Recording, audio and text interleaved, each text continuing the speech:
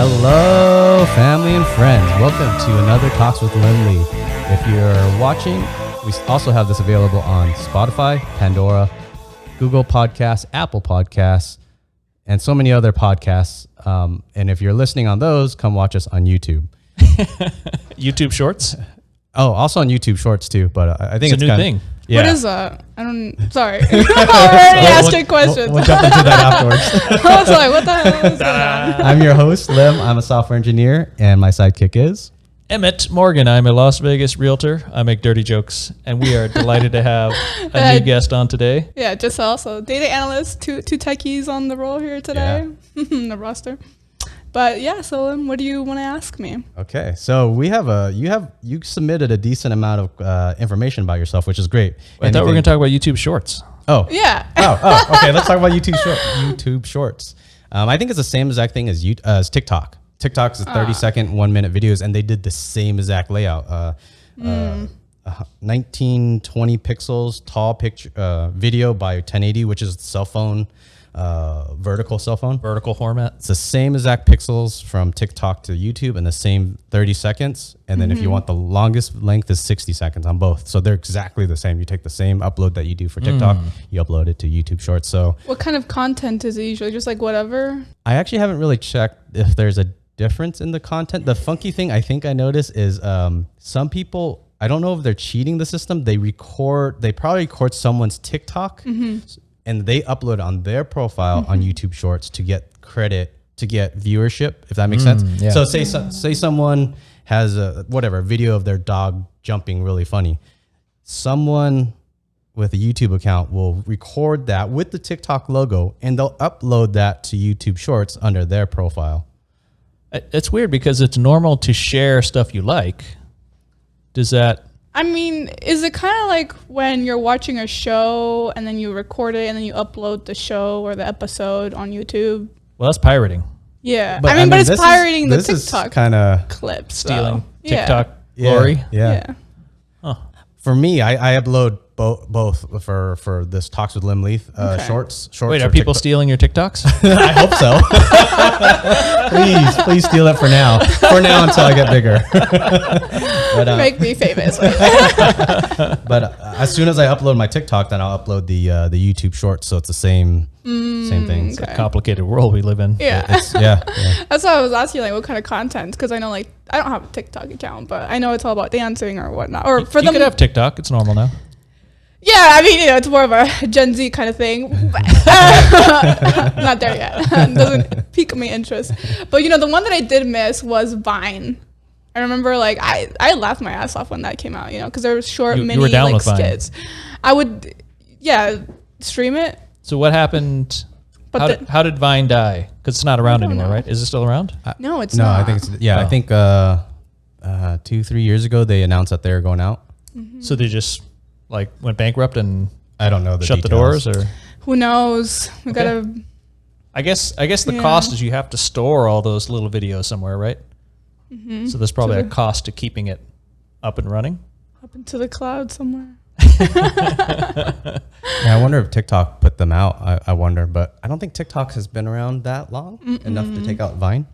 Or when Vine went out? Well, I think when Vine went out, there was a good grace period in between the two, right? Because then TikTok came like years later. It didn't seem like a head-to-head competition. Yeah, no, it didn't seem. But that's what it kind of like reminds me of personally. Have you watched? Oh, so you don't have TikTok, but have you watched a decent amount of TikTok videos? Yeah, I mean here and there, the ones that you see like your friends share, things like that. Some are funny, yeah. I didn't watch Vine, I didn't use Vine. So is TikTok exactly the same? Like, not exactly the same, but is it pretty much the same thing, or was Vine only 7 seconds only? Because TikTok's up to 30 seconds, up to a minute, most probably at 30 seconds. Because Vines were really short. I think 15. They were really short. 7 or 15 seconds. And some were really funny, and then others were like, what the fuck? I feel like Vines were trying to be funny. The goal was to be funny, whereas TikTok, it seemed like it started more like dancing. Yeah. And I don't really care to watch other people dance. I think it's evolved to something else, but... What if it's Chris Brown? Oh, okay then, yeah. Or Sierra. Dude, yeah. If I could dance like Sierra, I'll watch those videos. But, There's this other thing that I watch when I'm high on YouTube. It's called, I think, Coub, Coub. So they have this website where the Coub website, Coub, Coub, right? That's how you Coub. Coub. So Coub, you could take if someone uploaded a picture of their dog falling. That's just for example. And then it's 15 seconds. And then what you could do is you take 15 seconds of an audio clip. If you're able to sync it like to like Eye of the Dragon, where the music, like the dog falling to that. And it in that case, it could be funny. So anyway, so Coub lets you upload and sync a soundtrack or something. And then they take the people that put the best ones of that month and they make a weekly clip. So it's a weird way to monetize off of other people's uploaded 15 seconds synced videos. It's like America's Funniest Videos. Yeah. You know, you're older than you look. No, I'm wearing my college suit. Your secrets here. Still young, okay. She is 57 years old. Don't let the boys know that. She's a good-looking 57, guys. And on the list that Gissel sent, is there any topics that you want to ask or start with? I don't even remember what I sent you. You're saying you were living your best life in college. Oh man, you came repping UCSB. I came with my UCSB. Okay. You know, at the time, I think when I was there. So Santa Barbara is just north of LA on the beach. Yep. And it's a very quiet, sleepy town, kind of, or no? Is it rich people? What is it? Really hot body people. Really? Hot babes. Yeah. Yeah. Santa Barbara people are good looking. Are you kidding me? Because they're rich or what? You know, most of them, I'd say, no, they're not that rich, I think. Santa Barbara? I hear can you just go live in Santa Barbara? Well, it is a little expensive. Okay. But you got to live with like 5 roommates to make the rent work. You'd have to start in Thousand Oaks and work your way up. Yeah. That'd be too much of a commute. Okay. But I remember in one of my 4th year, so I didn't have a 5th year. No, I'm not saying you're rich. You were in college. Oh yeah, I was broke. Yeah. You know. Is it a rich town though? But it's expensive area. It's right by the beach, next to Montecito. You know where Oprah lives, and so it is a really nice community. Especially when you're living, I feel like near college town, they just kind of like up the prices regardless. The beer definitely costs more. Oh yeah, than here, yeah. I mean, we were my 4th year. I was renting a 2-bedroom apartment with a big garage for $4,800. Yeah, 2-bedroom. So we converted the garage into a 3-bedroom, and it was 3, 6, 7. So it was 8 of us living in that house. Wow. All girls? No, it was 6 or 5 frat boys and 30 girls. That sounds like one of those MTV. Oh my god! Party house. Yeah. Was it like that or no? It was, yeah. I remember there was like this one party we had jungle juice, right? And somebody laced the jungle juice with C4. What's C4? It's like the thing that you do to get energy when you're working out. It's like a pre-workout? Yeah, but for some reason, like it's kind of like if I'm putting energy drinks into the alcohol, like it just kind of amps it up, sure, right? Okay. So someone put a bunch of C4 in there. I thought it was some kind of like illegal drug. Oh, it sounds like it, right? Like I'll put some C4. I'm always catching up on the meth and the Molly stuff. Okay, jungle juice. Jungle juice with pre-workout energy drink. Exactly, C4. Okay. And next thing you know, one of my other roommates put C4 as well.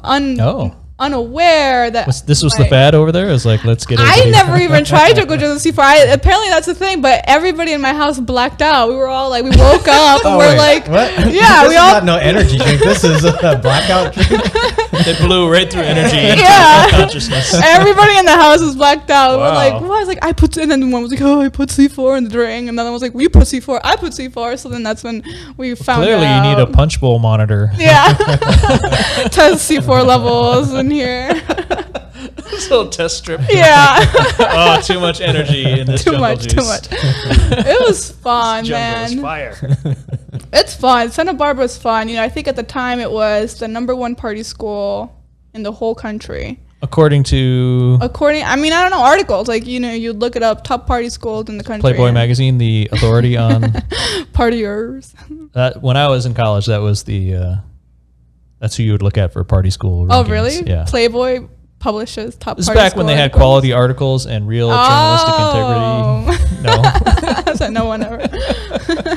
No, dirty pictures. I mean, sexy pictures. Sexy. What was the craziest story during that time? You mentioned hospital and jail. Was there other crazy stories? You see, don't publish this under my real name and then people looking it up. I'm going to edit out the hospital jail story. Yeah, unfortunately, not the best. You know, I've seen some pretty nasty stuff there, you know, like you'll see people shitting on themselves because they're so drunk. Oh. It's just all around, like, a lot of alcohol. Yeah. A lot of partying, you know. I puked on myself one time. Oh, I've definitely puked on myself. At San Diego State, did you see, or San Diego State, right? Did you see anyone shit themselves? No, I wasn't partying that much in college because I was working. I'd spend most of my Friday, Saturday nights doing valet parking, work my way through school. So I missed a lot of the craziness. I did a computer tech school, so like I feel like I got no partying. Yeah. I didn't get the college life that Gissel did. Yeah. It's crazy. I mean, we have like Floatopia. We had, you know, people from all over would just like fly out and party with us, because if you look up videos, you'll see college students like on top of cars partying or on top of rails partying. Like, it's just like the wildest parties you can imagine. Yeah. I mean, literally, you put a bunch of, you know, 18 to 21-year-olds in the beach, and everyone is, for the most part, very good looking. Really good looking. Yeah, you know, the University of Casual Sex and Beer. You can study buzz. UCSB. Yeah, I mean, it takes you some wild rides. Your alumni association might not be happy with you right now. No, they know. They're all drunks too. You know, whenever you meet someone else from SB, so for some reason they're all fucking alcoholics. You know, they can all pound like 12, 13 shots like nothing. And oh my God, I think the most I've ever done was I drank a whole fifth by myself one night. Oh, that's not good for your body. That's not good, no. Now I'm blacking out with 3 White Claws and 1 White Russian. That's okay. While cleaning carpets. That's how depressing my life has turned out to be. Oh my gosh. Wait, is your carpet okay? Yeah, it's clean now. Was there puke on it or what happened? No. Don't tell us the yeah, I was just, you know, Friday night, you can't, you know, clean carpet sober on a Friday night. So just got really drunk and passed out and, you know. Okay. Got crazy. That's it. You know, that's me being. Did you get stood up for a hot date or what? No. Nobody was going to stand me up. Friday night, I would imagine you would have many options. Well, where are the options? Emmett, you are now. Now I'm going to assign you a duty to find me a nice. I mean, we could turn up the meetup group and try to make it more like UCSB. Oh, man. Oh, you know what? We were talking about putting the next meetup at a strip club. You and what's his name? Edric, yeah. Yeah. So for the listening audience, I run a meetup group in Las Vegas. It's the Las Vegas 20s and 30s graduated, moved to Vegas meetup group. So if you go searching meetup. So mainly it's for people generally new to town. We're looking for friends, right? You move to a new town. How do you make new friends? It's hard.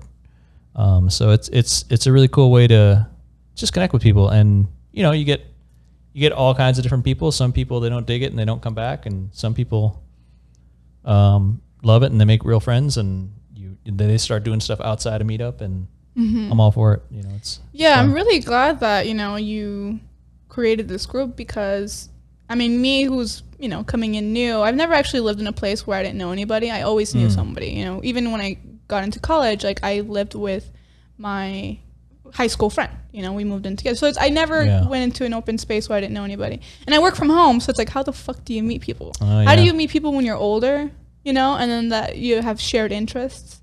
I mean, I know some people meet via just friends, right? Like there's Bumble. Bumble has that option to do friends, but I don't know what the fuck. That sounds like a trap to me. Right? Like, hey, this girl looks hot. Hey, you want to be friends? Like, how the hell do we? Can I be just friends with a bunch of hot chicks? Does that work on Bumble? Is that even a thing? Can guys really be friends with girls without? Yeah, we're waiting for our chance for you to make a mistake. We want you to get drunk and make a bad decision, and hopefully there's not a baby involved. We'll take that risk. Yeah. We'll roll the dice. We're just waiting for that ball to drop, right? We're waiting for you to be mad about your breakup and vulnerable and crying snot onto our shirt. But please, no shitting. Depends how long it's been. I can wipe some ass. Clean you right up, girl. We'll get you back to 100% in no time. Oh, man. No, but I mean, well, so wouldn't you love a guy that cleaned your ass for you? That'd be nice, you know. Right? Like, if there's been a couple of times where, like, you know, I was a shit myself mess, and then came and cleaned me right up and made me breakfast. Put my whole new underwear on. I'm ready to go.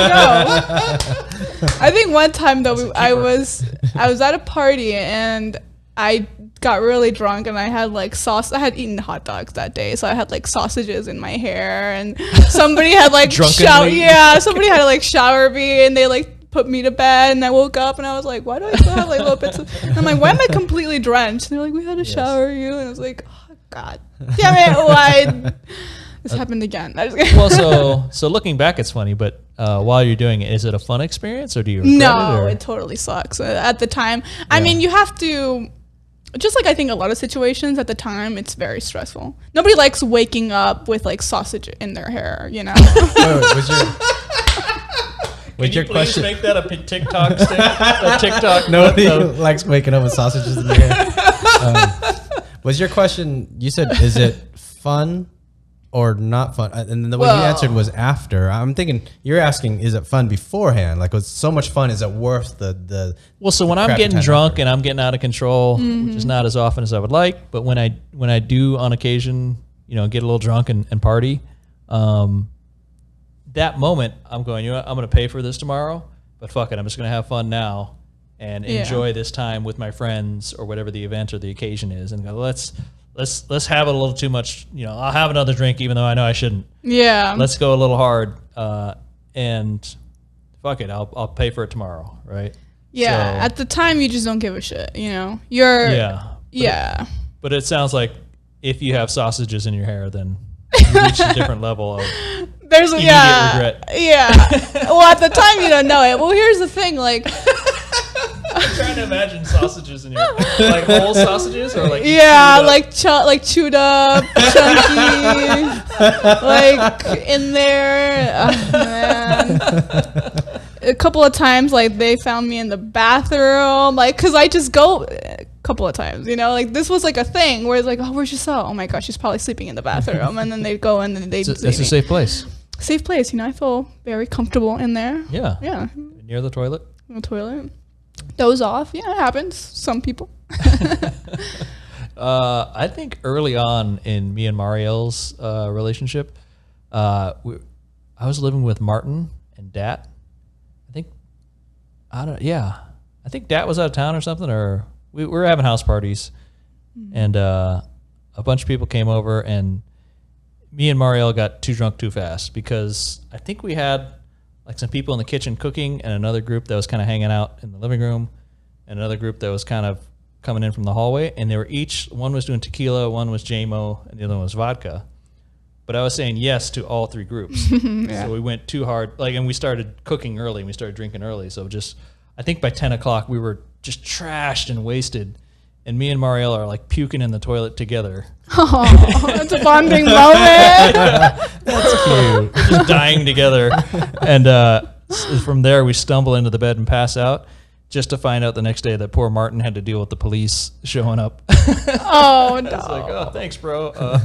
Sorry I was unconscious for that part, even though like he was not the one partying too hard. He was the responsible roommate. So the poor guy. Man. Yeah. And they give you a ticket for that. For being too loud. I don't remember I don't know. It was in Santa Monica. Okay. So I think he might have begged our way out of that.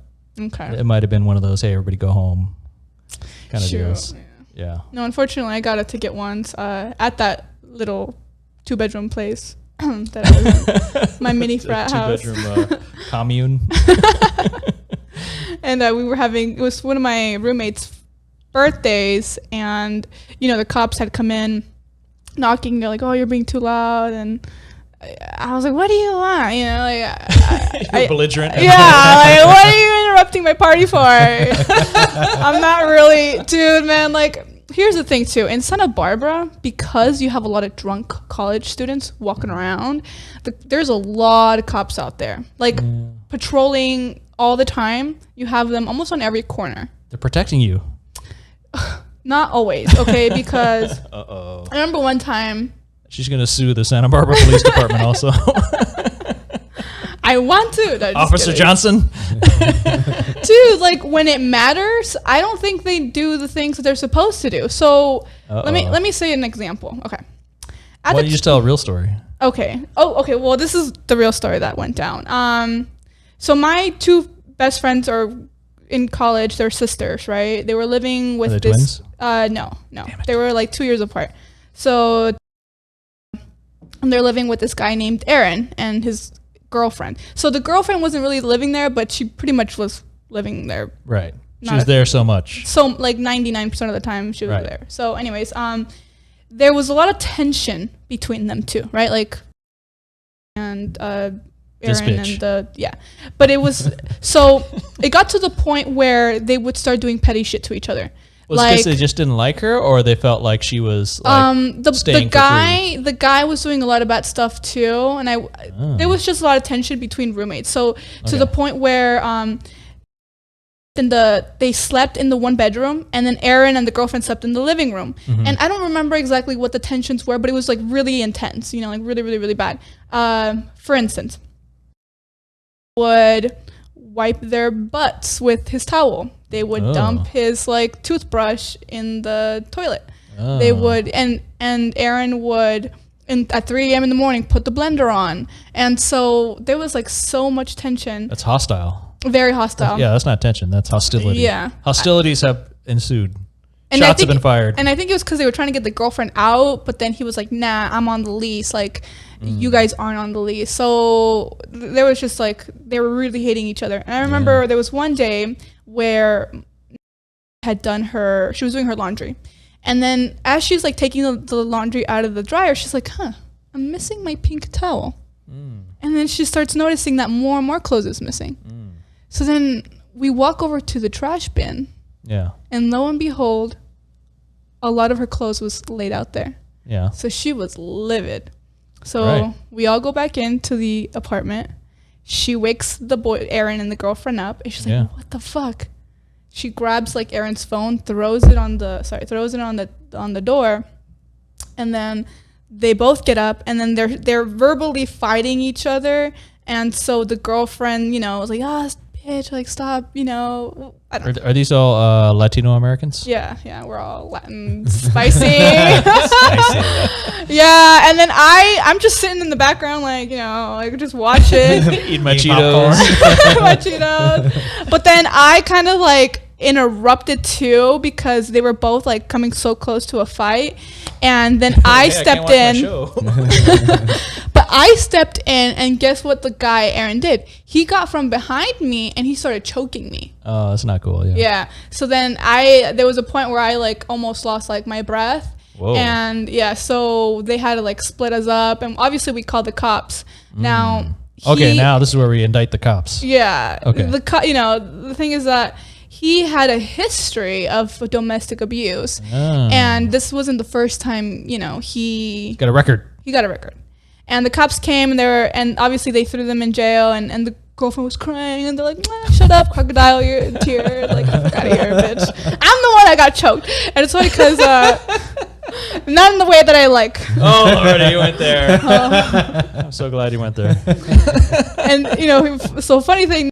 Really wanted to get back at him, so she like punched herself in the arm to try and be like, "Oh, he hurt me." And we've faked it. So no, but you legitimately got choked. Yeah, I legitimately get choked. Gotcha. Tell me if anything else happened besides him going to jail that night. Nope. Oh. Nothing happened after that. What would you have press charges? Press charges, yeah, definitely, and he shouldn't have gotten just 1 day of jail. So, and there's other instances where, where were you all students at college? So and I were UCSB students, and then in Santa Barbara, there's a community college called SBCC. So he was part of SBCC. Okay, so if you're not partying, you go to the community college. Yeah. Well, people still party, but they want to have the UCSB experience, but they don't, so they go to SBCC. Okay. It's like, oh, you're from SBCC? That's good. Lame. Man, the privilege over here. Yeah. You can't sit with us. I'm just kidding. There's class society in Santa Barbara. But so, I don't know. I've just had some really bad experiences with the cops in Santa Barbara. And so in your time in Santa Barbara, you were not impressed with their overall performance? No, God, no.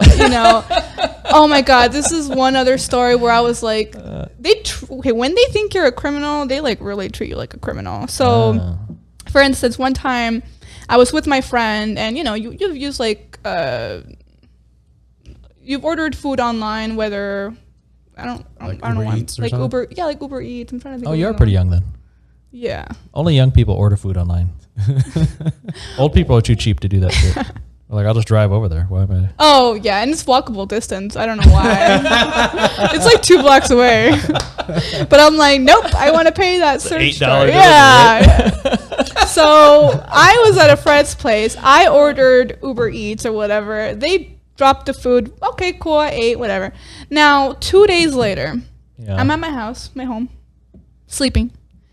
And my roommate comes in, and he's like, Gissel, the cops are outside. I'm like, what? What the fuck? I'm just waking out of this nap, and then you're telling me the cops are outside looking for me. I'm trying to sleep. Yeah. So I come outside, and there's 2 officers at my door. And they were like, Gissel Martinez, you stole a credit card. Oh. And I'm like, what? And he's like, yeah. So apparently there was a credit card that was used to make an Uber Eats purchase. And it was sent to that address. Remember, I was at my friend's place. So someone under Gissel Martinez ordered food through that credit card, which it wasn't me. Now I'm thinking it was probably my friends who did it. I don't know. Wait, they wanted to bust you for ordering on your own card? They wanted to bust me because it was an order made through Uber Eats with my name on it, sent to my friend's address at the time that I ordered my food. And it was using a used up somebody else's credit card. Someone had lost their credit card. Okay. I'm like, why? If I were to steal a credit card, why would I put my name and my address so you can fucking find me? That's the most stupidest shit ever. Let me steal this painting, but let me just put my name on here and leave a note. It was me, Gissel. Right. Electronic record. Yeah, exactly. So they came in. What was the meal? Oh my God, it was a sandwich, a $10 fucking sandwich. I was like, what is this all about? You ordered food from Southwest Deli. I'm like, I don't even fucking eat at Southwest Deli. Okay, I got Hannah Kitchen. And I was so livid. I'm like, I don't even fucking like those. I've never even tried. Here comes the class again. Yeah. Oh my God, I was like, all of this, and at the end I was like, all of this for $10? This is a legitimate, serious case. And I was like, no. And I was like, let me show you my phone so I can show you my history of me ordering my food, because apparently it came through Uber Eats. I was like, all right, check my stuff, check the cards that are on the account. And then I get up to go inside my house because they had pulled me out, and they're like, sit back down, and they're like, I was like, God damn. And I was just telling them, you guys are you're really coming to my house cracking me down for $10 charge. So, I mean, I was out there with them for a good 30, 40 minutes, and they were harassing me, telling me you did it. We're going to get you. You're going to go to jail. I'm like, they're trying to get you to crack. And I was just like, you're ridiculous. No. I was not having it. And they finally let me get my phone. They were going through everything. And they're like, well, what if you used a card, but you took the card out? I'm like, yeah, I'm going to fucking do that. So then they were like, okay, well, everything checks out. Sorry to bother you. And I was like, fucking joke. And they left. But that was just a small little instance. I was being interrogated, accused of, using someone's credit card. They're investigating a crime. But imagine if like I was being investigated for like murder or something, like you did it, you know? Now I understand. Instead of $10, what if it was $150? They would have been 15 times worse. Oh my god. Oh gosh. Just got amped up. I could see they were investigating a crime, so I don't blame them for that. But you're saying the way they handled it was pretty terrible. And I think there is kind of a general. You can say there are a lot of cops out there with power trips, right? They have this authoritative vibe, which I don't know. Is that necessary for the job? I don't know cops well enough to say, is it, are there times where you should tone it down and be nice to people? Is it hard to do? I don't know. Yeah. I don't know. My experiences with them have not been the most pleasant. Yeah. I mean, the shitty thing for cops, for our police officers that are, I'm sure there are great police officers that do a great job. The hard thing is nobody ever calls them when they're having a good day. You only call the cops when something bad is happening, right? That's true. Some shit's going down. Nobody ever calls and say, hey, man, thanks. Or, hey, you want to come over and have a barbecue with us? Or, they're seeing people at their worst all day long, right? So I don't know if that kind of makes it tough to be a normal human being when you show up. Yeah. I mean, sometimes they come with, oh, you did the turn wrong, or you didn't put your light on, or you're driving without a license, things like that. Yeah. I noticed you don't have your license. There's this thing you're supposed to have. I got stopped once. Sounds like a lot. I was working at Panda Express, and I had pulled out of the parking lot, and it was late at night, and I didn't realize that I didn't have my headlights on. So I saw the cop, and I was like, you got to check everything to make sure that it's right. So I was like, oh crap, I don't have my headlights on. So I put my headlights on, and he saw the change in lights. Flashed him? I flashed him pretty much, right? And so, hey, look at me. It's those asshole cops on the motorcycle that got me. Yeah. So he stopped me, and then he's like, license and registration. I'm like, crap, I don't have my license. I didn't even have a permit. Wait, so did he stop you for not having them on to begin with? Mm-hmm. Okay. So, when I stopped you, I'm like, yeah, because I didn't have my headlights on. And I had just pulled out of the parking lot. And he towed my car. Really? That seems extreme for forgot to turn on my headlights. Mm-hmm. No, he's like, because I didn't have a license. But without the license and permit. Oh. Yeah. Okay, you got towed for not having your license on. Yeah. Okay, so they were like, until you get your license, you're going to have your car towed every day. Like, that's like $250 that's a racket. Every single day. So I had to get on it, I had to get my dad, because they wouldn't release it to me. Oh, you were just driving a car and you didn't have a license? Yeah. It wasn't like you didn't have it today on you. No, I didn't have a license at all. Okay. Did you own the car? No, it was my dad. I had to call him and be like, Dad, they caught me. And he's like, I told you to get your license. I'm like, I didn't think I needed it. Yeah. I don't know if you can even make $250 a day at Panda Express. Right? No, dude, they got me so bad. And I was like telling the cop. Can't eat enough orange chicken to make it worth it. Oh, man. Maybe I should have opened up, if OnlyFans was invented at that time, maybe I would have had enough money. This is the cure for all problems? All problems. Just oh, Lordy. OnlyFans. Do you have OnlyFans now? GG. Nah. Considering it, I'm just kidding. Do you know anybody that does that? I do. Mm-hmm. Is it a good gig? Okay, I don't know anything about it, right? So Instagram, hot chicks try to get you to go to OnlyFans, and then presumably you're paying them for some sexy content? So the person that I know that does it is a stripper in Huntington Beach. Okay. And she now works at a bikini bar. Okay. And then she was like, from that bikini bar, she's promoting the bar. And then what's the name of the bikini bar? Should we not say? Probably. Well, I think she would like the publicity.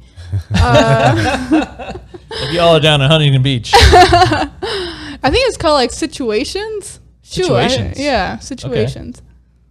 Yeah, so she, she has like her OnlyFans account. Wait, but she left stripping to go to the bikini bar? Apparently she makes good money, so she's like, oh, I make 6 figures. So I was like, oh shit, okay, maybe I should. Yeah. But she has her OnlyFans account, and she does content with her boyfriend. Like, her boyfriend doesn't show his face, but she does, and she's like, like straight up porn. Yeah, straight up porn. Yeah. So her fans want to pay to see her boyfriend with no head doing it with her. Well, she has made a comment saying that what the most favorable content is her jacking off. Like her masturbating solo? Masturbating, yeah. Right. She's like, yeah, that's like what gets the best hits. Well, because I would think if the dude was infatuated with her in particular, he doesn't want to see some other dude. He wants to fantasize. He wants to imagine himself, I would think. Well, probably maybe the guy realizes his chances of getting with her, I would think. Like, there's going to be... It puts it in your face. You got no chance in the world. There's some dude boning her right now. Or, I mean, no chance ever. It could be some guy that doesn't have a high self-esteem and he knows he's one of 200,000 guys that want to get with this chick, or 2 million guys maybe, so his chances are low. So at least I'm guessing just watching OnlyFans, he at least gets a chance to see her naked. Yeah. Especially if, like, you know, you're seeing her at this bikini bar where pretty much they're like practically naked, you know, and then it's like, well, catch me on OnlyFans, like you can see everything, you know. Yeah, you can see downstairs. The whole shebang, everything. Right. I'm like, oh man, I don't know. She's super hot. She must be, right? Yeah, she's pretty hot. I had a friend that said he was using Craigslist. So this is a story that goes back a while ago because I don't think people use before only Craigslist. But I think it's still around. Still a thing. I think it's within 10 years, the story. He said, so there is a porn star that would post onto Craigslist and you could pay her for sex, or you would get a discount if you authorize that she record it and put it online. So, wow. So you could actually have sex with a porn star at a discounted price as long as you agree to having that video posted online for her streaming viewers. How do they make money off that? Like back in the day, right? Like like at least OnlyFans, you know, people subscribe to your content, but it's like, how do you upload, do you get like commission? Or, I mean, so not that I'm asking for myself, I'm just. In the old days, at the beginning of the internet, I could say it wasn't as easy to find free porn everywhere. There'd be a porn site, and you'd have to pay to get into the porn site. What do they call that? Paywall? Paywall, I think. That probably sounds good enough. So it would be you'd go to a website that had porn on it, but you couldn't see the porn until you paid. Okay, so like a monthly. Yeah. Okay. But it wasn't based on the personality or the girl or the single. Whereas I think that OnlyFans sounds like it's that person. You're subscribing to that person, yeah. Yeah. So yeah. Well, I mean, people are making money off that. I mean, sex sells. It's a big industry, yeah. Sex sells. It's the oldest, Well, it should be, in my opinion, it should be legal. If two people consent, do whatever the fuck you want. If you want to, it doesn't matter. If you literally. Yeah. Fuck you want. Yeah, whatever the fuck you want. Like in Nevada, like prostitution is legal? No, don't be ridiculous. Or not like escort services is what I'm trying to say. Escorting is not the sex. Yeah. Okay, here's. All right, if you want to be serious, prostitution is not illegal in Nevada. Okay. But it is illegal in Clark County. Oh, okay. So Clark County includes Vegas. So legally you can't do prostitution in Las Vegas. If you go over the hill to Pahrump, about 45 minutes away, that's Nye County. Okay. In different county laws, they have brothels over there that are pretty famous. In Las Vegas, escorting, I think, is you're paying somebody to have dinner with you or to dance or to hang out with you. I thought escorts you could still have sex with them. They do, I think oftentimes. I think they often do. That's the gig. Oh, but it's under the table kind of. Like it's not like part of the package deal. I think they ask for donations and not payment. Okay. I think they really want you to pay them for sex, but legally they have to have you pay them for escorting. I think similar with massage. Oh, like those special massage. Yeah. So I mean, it's weird in America, right? So two adults can freely have sex with each other if they want. Just a normal relationship, and then if we weren't cousins, we could have sex with each other if we wanted. Okay, so he's like, damn, good thing too bad we're cousins. So any two adults in America can have sex with each other. If one of them wants to pay the other one, now it's illegal, right? That's prostitution. I can't pay you for sex. But if you want to pay somebody for sex and record it, now it's porn and it's illegal again. So isn't that a weird society that we live in? That is, yeah, you're right. That as long as we record it and turn it into a production. Because it's what, evidence? Then it's art. Then it's artistic. Wow. Entertainment. Yeah, art or entertainment. You can pay somebody for a massage, which is touching and feels good. But if they touch you too much in a certain place, then that's not massage anymore. So it's very strange where the lines are in our society. Because, I have a lot of Vietnamese heritage, but I spent a lot of time in Asia and Thailand, and different cultures have different norms and different views on that sort of thing. I can generalize in Asia that prostitution doesn't carry with it the taboo and the kind of cultural shame that it does here. In a lot of Asian places, it's like, hey, if you want to make money having sex, why not? Like, sure. Did you want to be a doctor instead? No? Okay. I mean, if you want to do that, cool. I mean, these people got all this money and we're poor, so yeah. Like, if I was broke and hungry, like, would I think less of anybody for wanting to make money whichever way they could? I mean, I've seen some documentaries. I don't know if it's Cambodia or where, but they start them off really young. Especially in places where you just don't have the means to support your family, and it's like, all right, I'm gonna send my little 13-year-old to go, Yeah, you can make an ethical and a moral argument there that regardless of culture, maybe we should protect our children from sex or sex work. So then in your culture, where do you draw the line for children, right? So in the U.S., are you an adult when you're 18 or when you're 21 or when you're 16? So we have these weird amalgamation of rules. You could drive when you're 16. You could smoke a cigarette when you're 18. They bumped it up now. For driving? I've heard cigarettes, you got to be 21 now. Oh, sorry. I messed up. Alcohol. I didn't know. Alcohol is 21.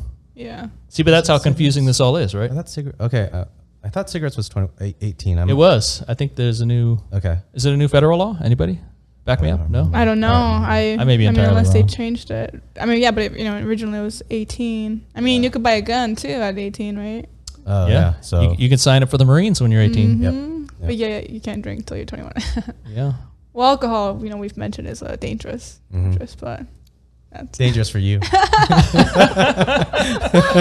Yeah, I'm a liability. There should be a lower age for White Claw. Black side with White Claws, yeah. Oh, that's my sad life. Yeah. So it is a funny thing that we have such a mix of rules, and then you start going to other places and there's different rules. So it's odd that we have all these societal pressures that we have to learn the ins and outs of. But to your point, I do think that like brothels or pay for sex should be legalized because it's being done either way, and it just makes it even safer if you create all these guidelines for people. Oh yeah. To protect them. If you legalize it, then things like testing for STDs. If you get get centers for that just focus on that, and it brings the price down, so it makes it safer for everyone. That's like I want cheaper brothels. It probably leads to that, but which makes me wonder, like, honestly though, how many people do pay for sex though? If it was pay for it one way or another. Yeah. The other thing is women don't understand how horny guys can get. Some women do, yeah. Some women use it to manipulate us to no end. Oh, well, okay. But I think most stereotypical women, or most women just don't understand how horny guys can get. Like you're saying, are you saying you're talking about if they work in a brothel, that female understand how horny a guy can get, and then they'll work money out of it. But even more so, there are women that can be sexy and get all this attention and manipulate men into doing whatever they want and not actually have sex, and they use sexy to get everything they want in life. I mean, I guess it's like kind of like the chase, right? Like, I mean, I don't like the chase, but if you want to win, if you want to get the rabbit, you have to chase, I guess. Yeah. But yeah, I mean, I've seen like some of my friends, for instance, they'll go out and date with these guys, like, oh no, like pick me up, and from the airport, little things like that, and then yet never put out, right? And the guy will be like, oh my god, I spent like hundreds of dollars on dinners for her, and she hasn't. Yeah, so that person has figured out how to get what she wants from a male by just teasing sexuality or hinting at it or giving the possibility. Kind of similar with strip clubs, right? Yeah. Like strip clubs are crazy. Like, I'm going to go drop all this money to not have sex. Like, I'd much rather have a brothel at that point. I don't know. Just go all the way, yeah. Yeah, I don't want to pay all this money to not have sex. Not do it. Yeah. Just so you can get me started and not finish the job. That's like going to the world's most amazing buffet to not eat. Yeah, just to look at it. Yeah, smells good. Yeah, just Window smell shopping. it. Yeah. Yeah, I can touch the omelet. Yeah. Smells delicious. Yeah, Could take a only. picture.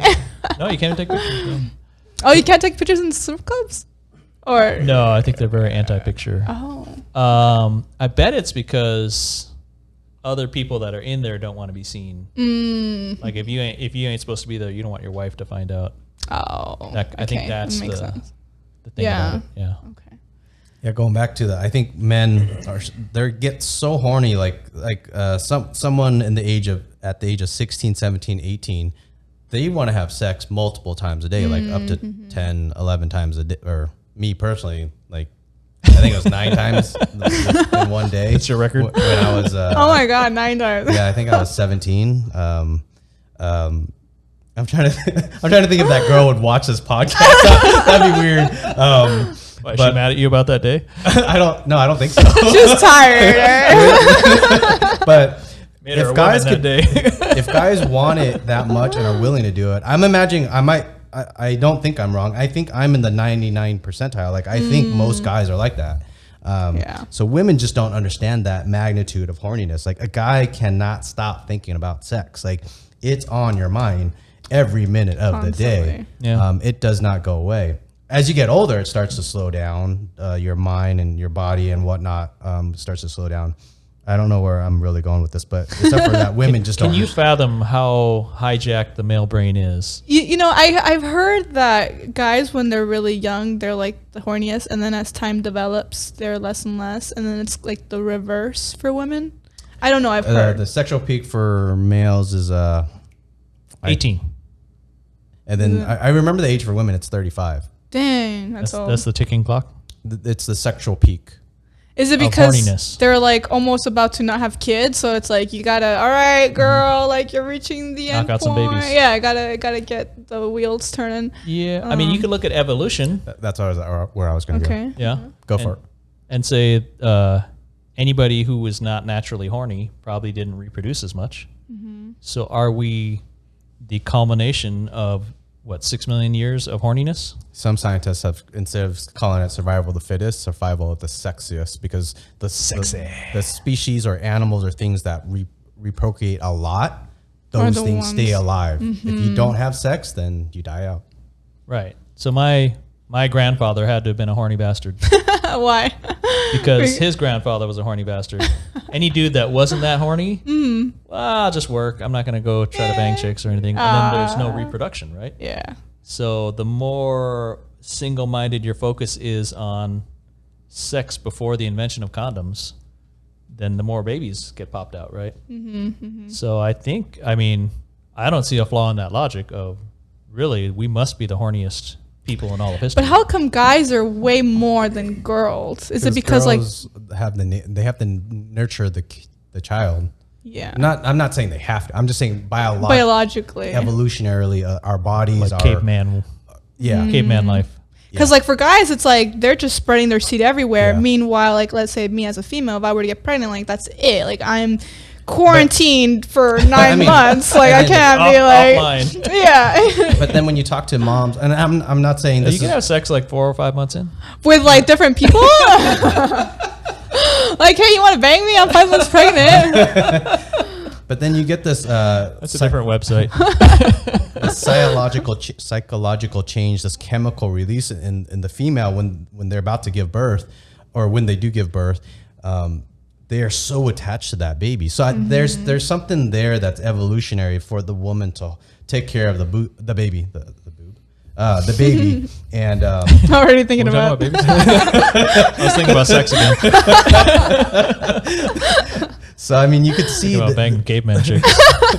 the biological change is so heavily there that the female is biologically to take care of the baby, and the males to spread the seed. Now, one thing in favor of monogamy was the cultural when scientists look at the survival rate of babies, when the male did stick around with the mom and it became monogamous, the survival rate of the baby jumped up drastically. And they think part of that was due to grandma and grandpa was willing to stay and take care of the baby. If grandma and grandpa saw a different male all the time, they'd be like, whose baby is this? That's grandma and grandpa may not want to stick around. So now you have 6 adults caring for that infant. Well, you know, I actually heard something different where controversy. Let's do it. So I think like back in like the caveman times, let's say if I was a woman and I got like pregnant, so yes, one part is there's a lot of men and sometimes you don't know who the father was, but as a community, a lot of the men would take care of the child, right? They don't really know who it belonged to. There's no way like you. It's very tribal life, right? Very tribal, and like obviously the closer that the men were to the baby and like caring for the tribe, the longer it would live. It wasn't until we got more developed in society that well, now people started becoming more monogamous because now you had property, right? Like I don't want to take care of this child and then have my money invested in this child if it's not my baby, you know? So I think back in the day when you were, you know, hunters and gatherers, you know, there's no paternity test. There's no, you know, I've heard that a similar thing where monogamy was kind of a byproduct of farming. Once humans settle down into agriculture, and you have a farm, right? So as you own that farm, you want to make sure your kid gets the farm so that your kid can feed you. It's not a tribe anymore. It's separate. You know, I'm different from my neighbor. This is my corn. This is my wheat or whatever. So that change in human behavior as we switch from nomadic cavemen to farming stuck to the land, I think that's when monogamy evolves into a beneficial format for human relationships. Because you no longer depend on someone else to survive, you know, and now or if you're not sure who the kid is, how do you know your son is going to get the land? Exactly. And take care of you as you get older. So that seems very logical and plausible to me. What is illogical is that we are no longer farmers. Nobody's farming anymore, right? I don't know. I couldn't find you a farmer right now for $1 million. I'd be. Well, not in Vegas. Yeah, right. The desert, what's going to survive us? Yeah, I'd be hell-bent for Iowa or something trying to grab you a farmer. Potato farmer. Right. So why are we still living under these old social norms that grew up during our farming? I think maybe because now it's like so much land has been acquired. And so, I mean, you know, money is in the middle of a lot of people's mindset. And you don't want to just, if you die, like you want your lineage, right? You want. Oh, yeah. You don't understand, man. No, we're just thinking about sex. When we're getting naked, we're not thinking about land at all. like, wow, I can't believe she's getting naked with me.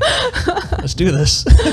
Well, okay, so then, you know, begs a different conversation, which is monogamy, right? Like, how come is it that every other species in this planet is not really monogamous, and yet we are supposed to be? Very few. There's like a couple birds, some penguins, and like penguins. I guess the one, well, whether it be the farm thing or that the survival rate of the children, those two cultural changes were stronger than evolutionary changes, if that makes sense. So those changes survived the genes better. So that's where monogamy came into. But so maybe our culture isn't reacting very quickly, our societal norms, because how long ago were we all farmers? Is pre-industrial revolution. So prior to the 1900s. So how many generations is that? Maybe 4 or 5 or something, however you want to do the math. Maybe we haven't had enough generations to change out of that farming monogamy mindset. That mindset. Yeah. Which is then just a random thought with all this in mind. So then I was thinking, then women should, if if I could choose how women choose a guy, so then if women want to have children, for the women that do want to have children, and that smile that you just gave, you don't want to have children? I don't know. Definitely not right now. Don't do it. Emmett doesn't want to have children. I think I don't want to have children. My wife's like on the fence. I think she would like children, but she's not against not having children. So yeah, I think I'm not against not having children. He's like, hell no kids. Fuck that shit. No. So I'm thinking for women that do want to have children, I feel like they should pick a good father and someone that has a career and a decent bank account. Now that sounds sounds nice, but does it happen? I feel like I don't see that of women choosing guys like that. Yeah, they pick the tall guy with the strong facial features and good symmetry. No, not always. And sometimes you'll see like some. Oh yeah, but you'll see some girls with some ugly ass dudes, and they're deadbeats, and I don't even know how the hell they like procreated with this dude. A lot of the I don't know why, but like especially. Oh yeah. He waited for his moment. He's like, yeah, I got her at the right time. Got in there. But you know, unfortunately for a lot of I think Hispanics, we tend to get pregnant very early on. I don't know why. Like a lot of girls in my high school. Are you speaking from a LA Latino culture? Maybe, but even in like my family from Mexico, they all had kids really young. Like my grandma had like 18 kids, you know. So it's just. This might be racist for me to say, but I feel like the Mexican racist pendejo. The Mexican friends that I have, a lot of them talk about having the females talk about having families. So what's the word I'm looking for? Like they're very passionate about having a family, and more so than almost I think any Vietnamese girls that they want to have a family too. But I think Mexican girls almost are like. They outrank the Vietnamese girls. So by far. So I mean, we come from big families. Like even when I think stereotypically, it's known that like Mexican families are huge. Is there a social pressure? Like if you didn't have kids, would that be weird to your family? I think so. Like I've told my mom, if I don't get married, like if I stay single for the rest of my life, like I'm totally okay with that. Yeah. You know, single people are generally your best pretty life. Happier than married. Sorry. I know you guys. Just, you know, I've been single for 7 years. Wait, since you were 18? Let's see. How old was I? Oh, wait, so you broke out of a long-term relationship? Is that what you're saying? No, but I've just been single for so long, and like I'm very comfortable with living such a single life. Like I do my own thing all the time. I don't have to answer to anyone, and then I like that freedom, what you call it. So when you ask me like, oh, do I want to have kids? It's like I love my freedom so much that it's like, oh, I feel like I would be stuck in such a routine life if I had a kid. Yeah, totally. Yeah. Like, I do not want to fucking clean up somebody's ass. I want that to be done to me. I hope you get a clip of that. On the recent, so I just got back from camping. That's why I'm maybe a bit tan. And then I don't know, on camera, like I have a bunch of dry skin. It's like terrible. But I try to put on a bunch of lotion. But are you trying to establish your Latino cred right now? No, I got dried out like crazy. Before going on the camping trip, Liem was my wife. She was just saying like I forget. We were looking at some other. Porn. We're at our campsite, and then the campsite across from us, a lady had 3 or 4 kids and no dad. She was handling the tent, the car, all the items of food, all the gear, and Liem was just looking at her like, oh gosh, aren't we so fortunate to just have to take care of ourselves? Like, yeah. So kind of like what you're saying, to have the freedom to do what you want, how you want. I mean, I think it sounds pretty healthy. You sound like a confident, independent woman. Yes. Which is what we all want. We want people to be confident, independent, and you know, have whatever aspirations or choose your own life. You know, and I think you mentioned earlier, I can't believe this girl's with that guy. I think there are a lot of people that are kind of codependent. They don't know what to do by themselves, or they don't feel secure by themselves, and they always need somebody in some way, right? Emotionally or what I don't understand is when I like meet people that are very unhappy, and I'm like, well, just leave. Fuck it, bye. Like I'm like that. Like I'm not afraid to say bye to someone. sometimes bounce this podcast right now. Bye, bitches. Mic drop. I'm gonna go fight some cops. But I'm here to okay. But what was I going with this? Yeah, I don't know, like being strong and single. Yeah, like I don't understand why people are afraid to be single. And like if I tell someone like, oh, I've been single for a long time. Oh, like what's wrong with you? Bitch, there's nothing wrong with me. I found the one. The one is me. You know? Oh, so that's deep. Yeah. I think it's probably the cultural part of it. You're talking about the cultural part where other people, they feel more comfortable when they're with someone, whether they're controlling that other person or that other someone is controlling them, and that's their relationship. And then when they look at you, you don't have that dynamic, and they're trying to force their culture on you. That's what I think. Yeah, I mean, there has to be a match where a couple, like the puzzle pieces have to fit together in some way, right? Yeah, like you have to be compatible. I mean, it's hard for me because I do my own thing so often that I'm like, damn, if I actually was in a relationship, like, how would that be like? You know, hey, I'm gonna go to the bar, bye. You know, like. Yeah, but no, that you have to find. I mean, it's hard. You have to find a partner that's confident enough and secure enough to go, hey, she's going to the bar, like you know. Okay, like do your thing. Yeah. Or happen to find someone that likes the same things that you like, going to the bar or having 6 White Claws while cleaning carpet. 3. Okay. Good luck finding a dude that likes to clean carpets.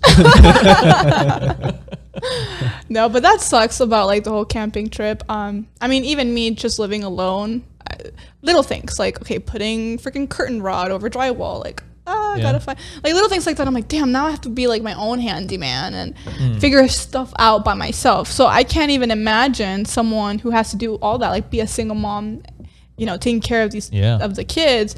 And it's like, how do you like take care of them and work? It's a lot of ass wiping. Yeah, I feel like really bad.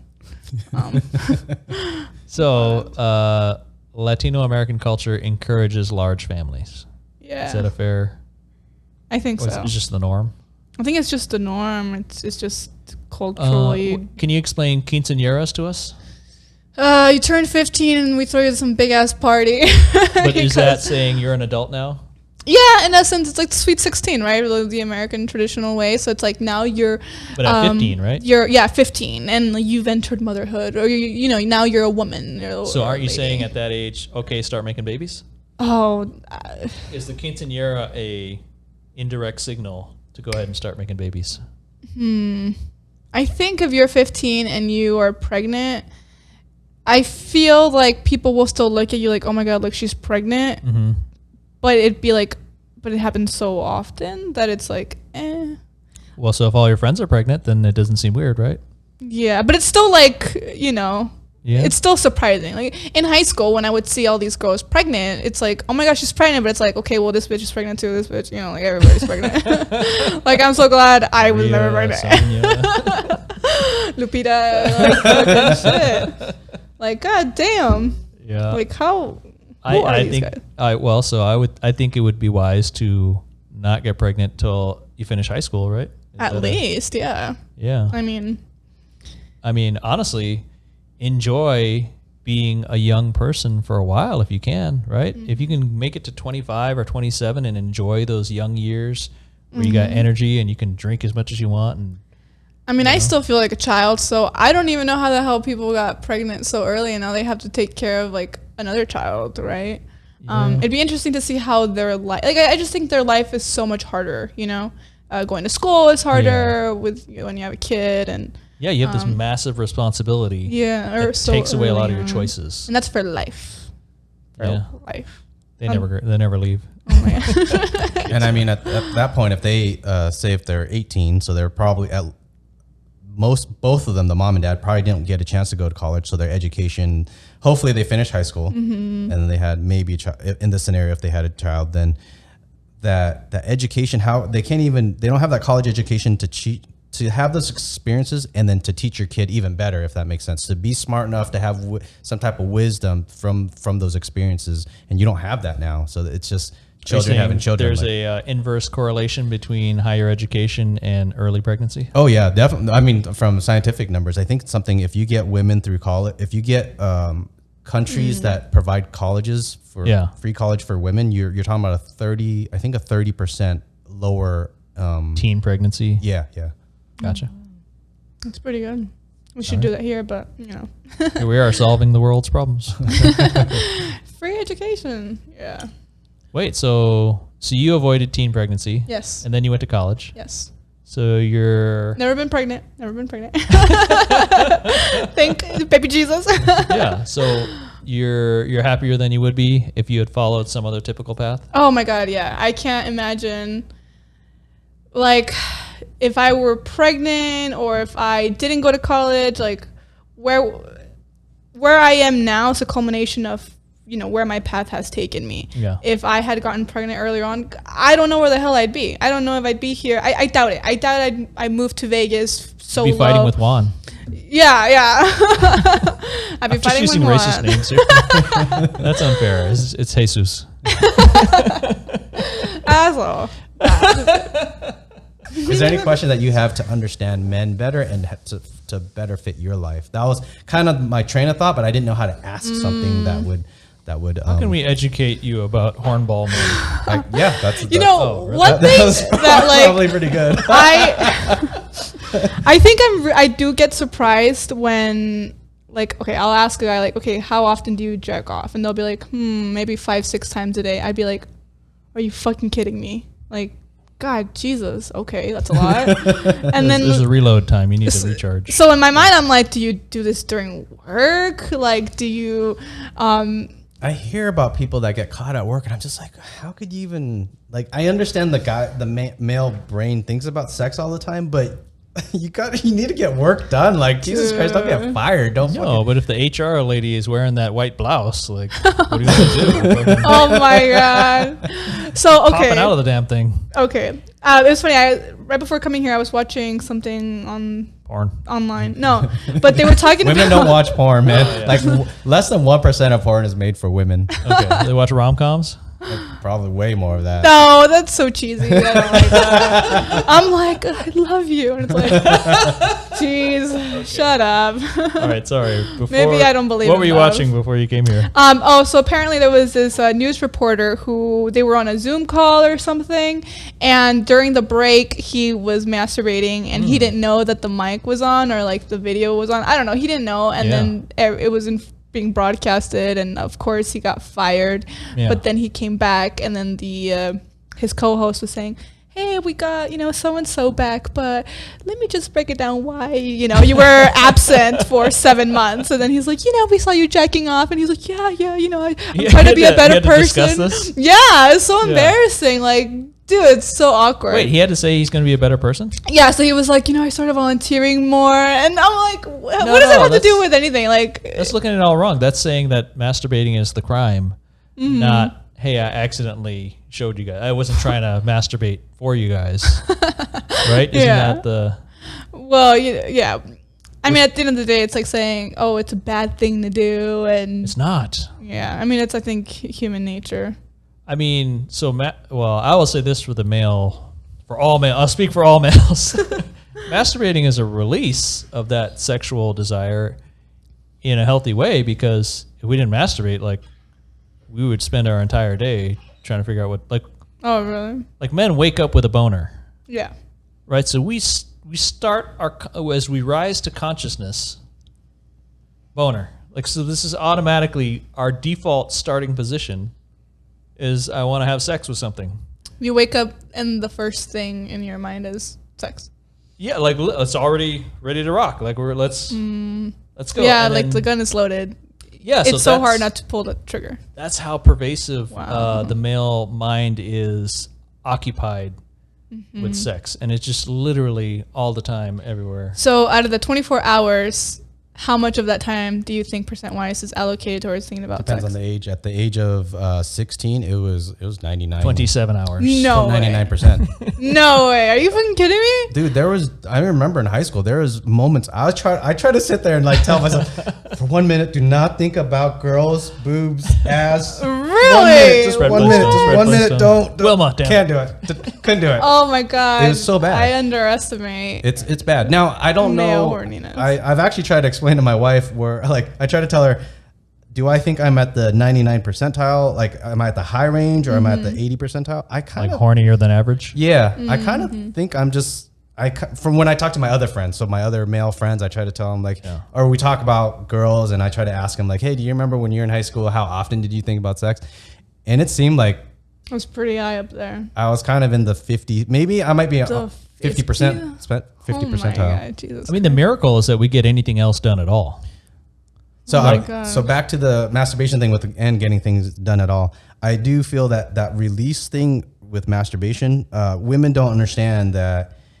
For guys, if they do release, then they could at least try to get on with life. But if they don't release, release the demons. It kind you're like stuck there.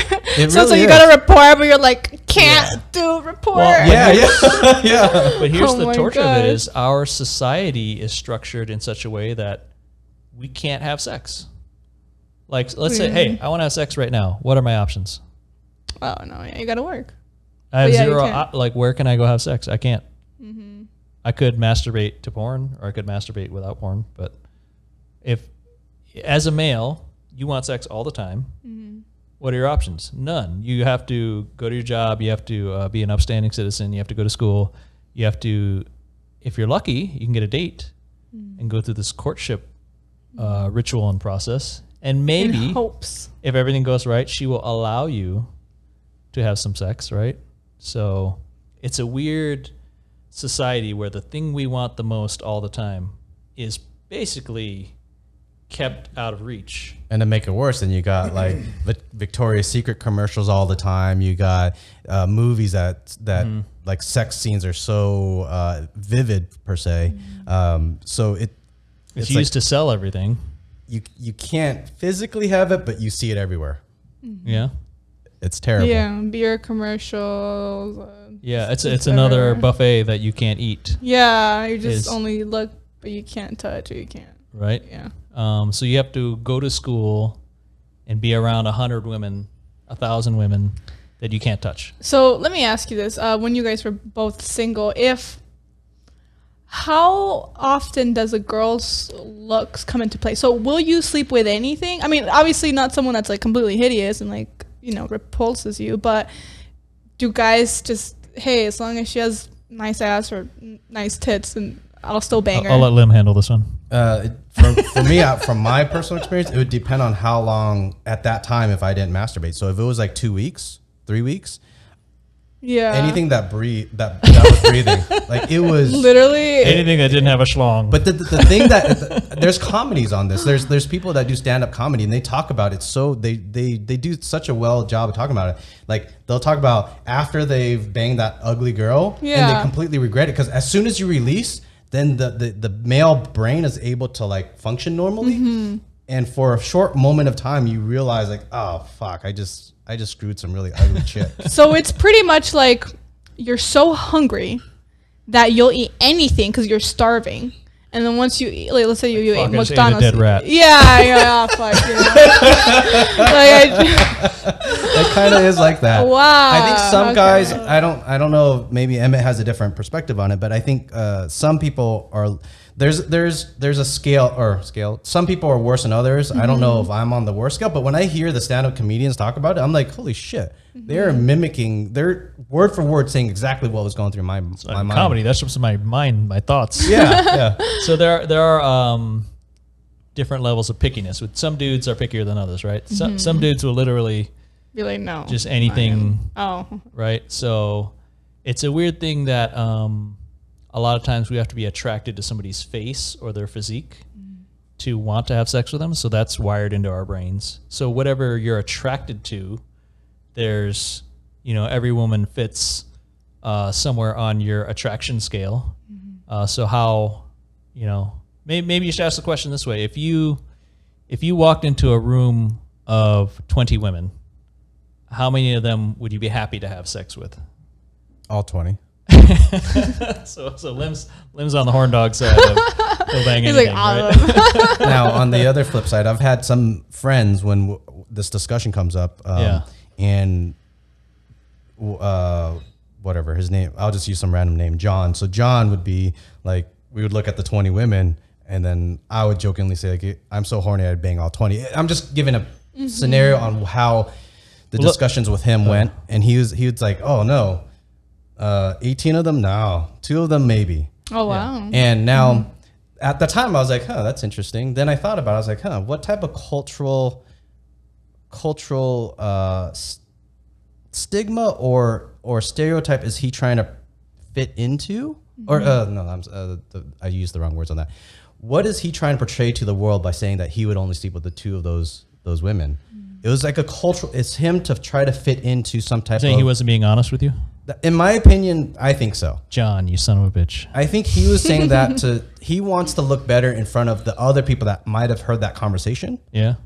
It wasn't just you two. There was other people. There, yeah. I mean, you're broadcasting to the world right now on 18 different platforms that you're a horn dog. I'm okay with that. No, let me rephrase it.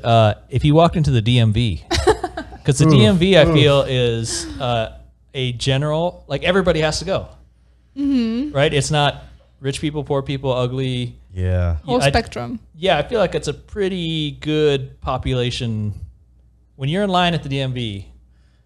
If it's a DMV at Santa Barbara, that might be different than the DMV here in Nevada. Good looking motherfuckers. Good looking bitches. At the DMV, it feels, man. So there's some large population of unattractive people out there, right? So I don't think it's, for most guys, it's not like I'll bang anything. Yeah, but the standards are lower than, like, let's say a girl or a woman. I think different. For men, it's very physical and visual. For women, when they see a guy, they're thinking about a lot of other things. They're thinking about, will my family like him? What will my friends think of this guy? Yeah, that's very true. Right? So it fits. Does it fit into their fantasy or their conception of what that guy has to be? Is it the right context? Is it the right situation?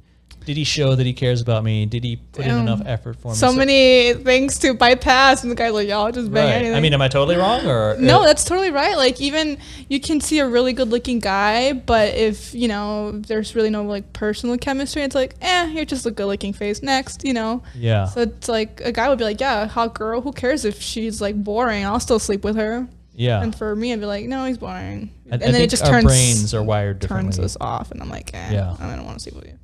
We had a friend by the name of Jennifer. I won't say the last name just for the heck of it. She was dating this tall, super tall guy that I don't know how to judge guys. A lot of girls said he was attractive, but I think it was just because he was tall. But anyways. The tall, standard white dude with a symmetrical face. Very symmetrical. Yes. And then she would tell us stories afterwards, like hanging out with him and dating him. And he treated her pretty poorly. Like, he would call her up like, "Hey Jennifer, bring me a burrito." The fuck? And then so at one point we asked her, like, "What the fuck are you doing, Jennifer? Why are you dating this guy?" Yeah. And she said so happily, "Do you have any idea? All my girlfriends tell me I have no chance with this guy, and I'm dating him." Wow. So all her friends look up to her like, "Oh my gosh, you're dating this tall handsome guy." And so it's all status for her. She's willing to put up with the crap how he treats her. And he knows it too. Because he tells her these things, and he sees that she puts up with it. He or at least from my I knew him pretty well we were friends for a very long time. So I would ask him like, what's it like having women throw themselves at you, bro? That was kind of it. So because he was a tall, attractive guy, so women literally threw themselves at him all the time. So. What, did he ever cheat on your friend? I mean, I'm just assuming, like, if so many girls. I don't think it ever got real serious. They probably dated for a couple months or something. Yeah. Okay. I mean, because I've, like, heard of situations where if there's a really good-looking guy. And, let's say I'm dating the guy, right? Yeah. There will be some girls that will throw themselves at him in front of you. Like, they don't give a shit if you're with him. Like, it'll be a waitress, like, hi, and, like, touch him. Or it'll be at a party or a bar, and then, like, go up to him. Like, they don't care if he's, like, holding your hand. Like, they'll still, And I'm like, damn, this. Oh, we're getting a little far from the mic here. I don't know if guys are like that, too, but I've seen girls more throw themselves at the guy, if he's really hot. But I'm guessing there are some women that thrive on that jealousy and that drama, and there are some relationships, it seems, that thrive on conflict and emotional. Yeah, they like the drama or just like the turmoil. Yeah, so I'm not going to say there aren't dudes that play that way or fall into that. Mm-hmm. I would generalize that if a normal dude is horny, right, and if he's a tall, attractive guy and chicks are throwing themselves at him all the time, why wouldn't he just bang all these chicks? Yeah. Right? Mm-hmm. How much is he going to value the gal he's with if another one's going to come along right in front of her face? Mm-hmm. Right? So literally throwing, like, take me. Yeah. How do you... So there is some percentage of most attractive men, right? Whatever the top 5 or 10% most attractive men that have lots of opportunities because women are throwing themselves at this guy. They're not throwing them at all the average guys, right? So especially with height, because women are so messed up in America about height, and it's the worst selection criteria. It is. You know, it's funny how there are some guys that are not even that attractive. They're just really tall, like 6'5" or whatever. Yeah. But oh my God, he's so cute. Why? Because he's tall. Yeah. I don't know why and that is probably the top one criteria that people are, like, girls fantasize over, right? And yeah. Just they'll jeopardize him maybe looking or maybe him even being an asshole just so because he's tall. Yeah. So that is baffling to me. I get it. There's some physical, you want a guy to be, caveman strong or a protector, or, maybe there's some hard wiring for that. But to boil it down to just, I want tall guys. How dumb are you? Like, any first or second intelligent thought should get you past that. Right? Like, so when I was 18, like, if a chick was like a swimsuit model, like, oh my God, right? You would just lose your mind. Especially if she was right in front of you, just like, you couldn't talk. Yeah, like, just blows you away. But as you learn and as you get older, you're like, you know what? She may look like a magazine, but there's not, there's other qualities that are more important, right? Is this a person that's fun to hang out with? Is she responsible? You start to, hopefully as adults, we start to look at other things. But when you're young, look, if you're 18, I get it, right? You're new to all this, right? But I've met women that are 30, and they're so I used to bartend, and so you see a lot of this human behavior at the bar, and you see a lot of honesty because people had a couple drinks in them, right? Okay, so what do you see? So one gal, she was freshly broken up, and all her friends are like, "Oh yeah, we're gonna hook you up with a guy. We'll get you right back on the horse. Don't worry about that guy, right?" And I'm like, "Okay, cool. What are you looking for?" She goes, "Yeah, I just want a guy that's tall." That's it. And like, she ran out. I'm like, wait a minute. How old are you? 32 years old? This is as far as you've gotten? Oh my God. This is how much you figured out by this point? Like, you don't even care if he is ambitious or has a job or has aspirations or he's traveled a lot or is culturally intelligent or anything, like anything. You told her this? Or you just thought it? I tried not to destroy her too much. Because you got to keep it fun, they're out there to have. I don't want to ruin anybody's time at the bar. Tips. No, honestly, yeah, tips. But more importantly, like, people came here to have fun at the bar. Yeah, that's true. I don't want to be a shit. Depressed because the bartender called him out on it. Yeah, we were having a great time. The bartender made me realize what a piece of dirt I was. So I very much have a general rule. If I'm bartending, I want to help people have fun. Is my overall. Yeah. It's funny because you'll get bitter old bartenders that are like, stop, behave yourself. Like, what are you new in Vegas? And like, stop being a jackass. And I'm like, people come here to go crazy and have fun. Like, I want you to drink too much. I want you to be an idiot because that's what we all come here for. Like, I don't want to be at a boring bar where everybody's behaving themselves. This is, I mean, go be an accountant. Like, everybody behaves. Yeah, that's true, right? Yeah. It's kind of expected that people are going to be slop kebabs, Yeah, I like that term. Earlier, when I mentioned the how, like, I'm taking the perspective of a very horny male, do you think what I said was, am I portraying something that's way more horny than the average male, or do you think I'm describing the average horny male pretty correctly? I think it's way more honest than the average male because we are so trained by this culture. That's what that story earlier where there's that John guy who said he would only sleep with two of the 20 women. Yeah. I don't think I would really sleep with all 20. If all 20 of them threw them at me and it was an array of ugly, pretty. No, it'd be only one out of the 20. Oh, wait, what? They can't all throw themselves. No, I'm just hypothetically going through a scenario. Okay. If 20 of them threw up themselves at me, and it was a range of ugly, pretty, and whatnot. Yeah, I'd probably sleep with 19 of them. Like that's. There's one ugliest one. I don't know. Like how ugly does she have to be for you to not fuck her? But like missing an arm or something like that. No, you could be super hot with missing an arm.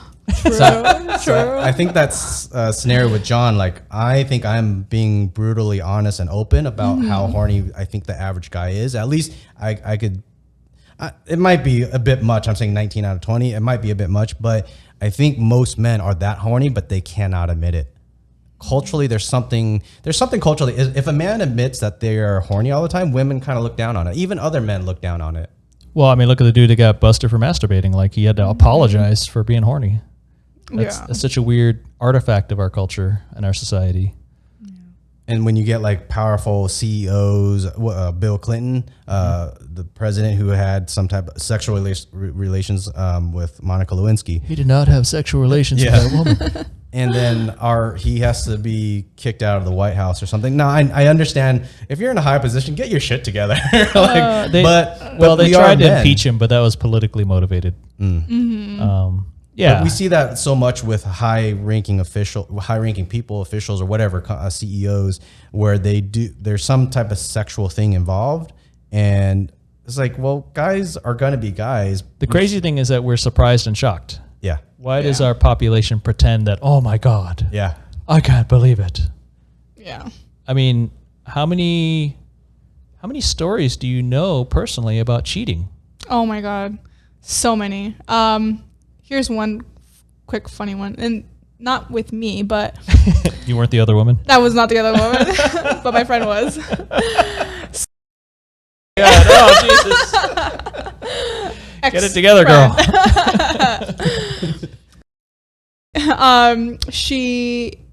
So there's this guy, right, who right now still with his girlfriend, and he like puts it all over his social media, like, oh, I love her, the love of my life. I think they're engaged, soulmates. Like just all about her, like obsessed almost, right? Yeah. And I've met the girlfriend, and she's really nice. Yeah.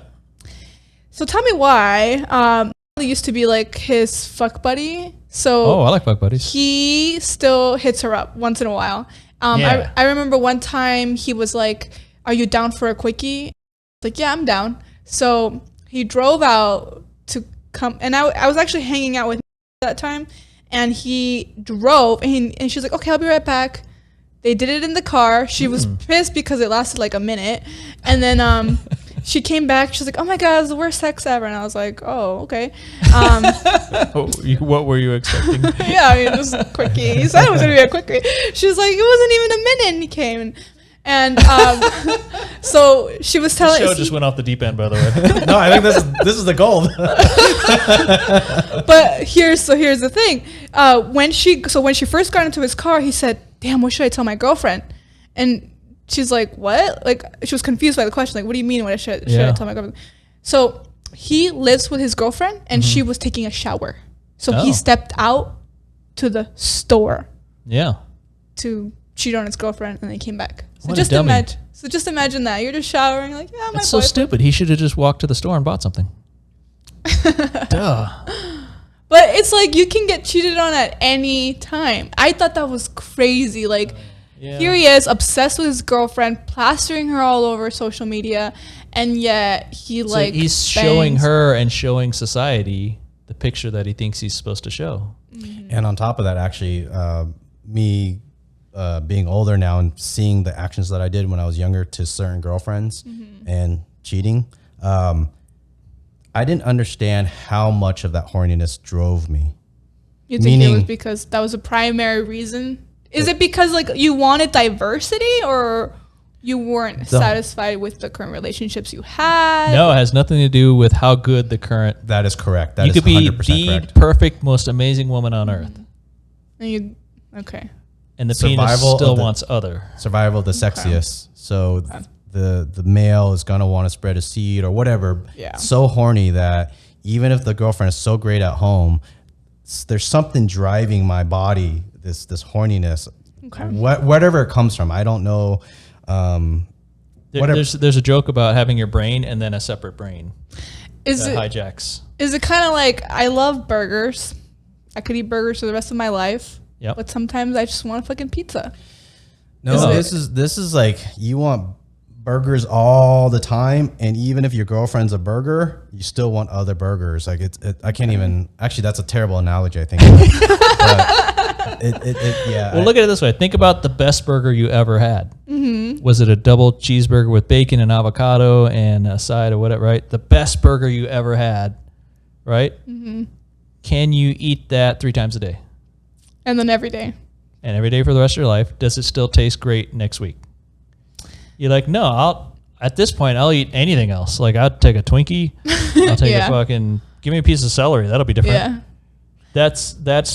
I think that is more analogous to where the male mind is. And you know, honestly, I've never really known anybody that hasn't at some point kind of cheated. Unfortunately, right? And that's like so common. Mm-hmm. To the point where even myself, I'm like, do I really want to be with someone for the rest of my life? And I kind of think about it the same way, like, no, right. I don't really. Maybe like for a chapter in my life, and then, you know, but I think then when I get old enough, I'm just gonna bang everything. Once tear up that senior home. Sorry, that's probably not where you're going with that. I apologize. No, but even if I'm thinking it, I can only imagine, you know, the guy's perspective, like, damn, I don't know. I just can't really think of being with someone forever and just being. I bet even as you say that, I bet even from a society, you probably, do you feel society would judge you negatively? Yeah, I mean, I think that's a bad thing about society. I think society is so wrong in that. If that's what you want, you should be able to fucking exercise it. It doesn't fucking matter if society says exercise. If society says you have to settle down with one guy, it shouldn't. But our society is set up that way. It's unfortunate. I don't have an answer for you except for you're hot enough. You could have 2 husbands. Yeah, just 3 if I want. Whatever makes you happy. Don't let 6 figures something though. Whatever makes you happy. Don't let others put you down. That's how. Yeah, and exactly. You know, I told my mom, like, going back to what we talked about earlier. Hey, maybe I don't want to get married. You know, maybe I'll probably be with this person, but I don't see myself with someone for the rest of my life. And if I do end up getting married, and then, you know. Yeah, I think the difficulty is we are modern people living by old-fashioned rules, right? Mm-hmm. These are old societal pressures that come from generations before us. Mm-hmm. So it's a mismatch. It's a misfit. Mm-hmm. I think. Agreed. But not to say that if I were to be in an open relationship that person wouldn't cheat on me still, you know?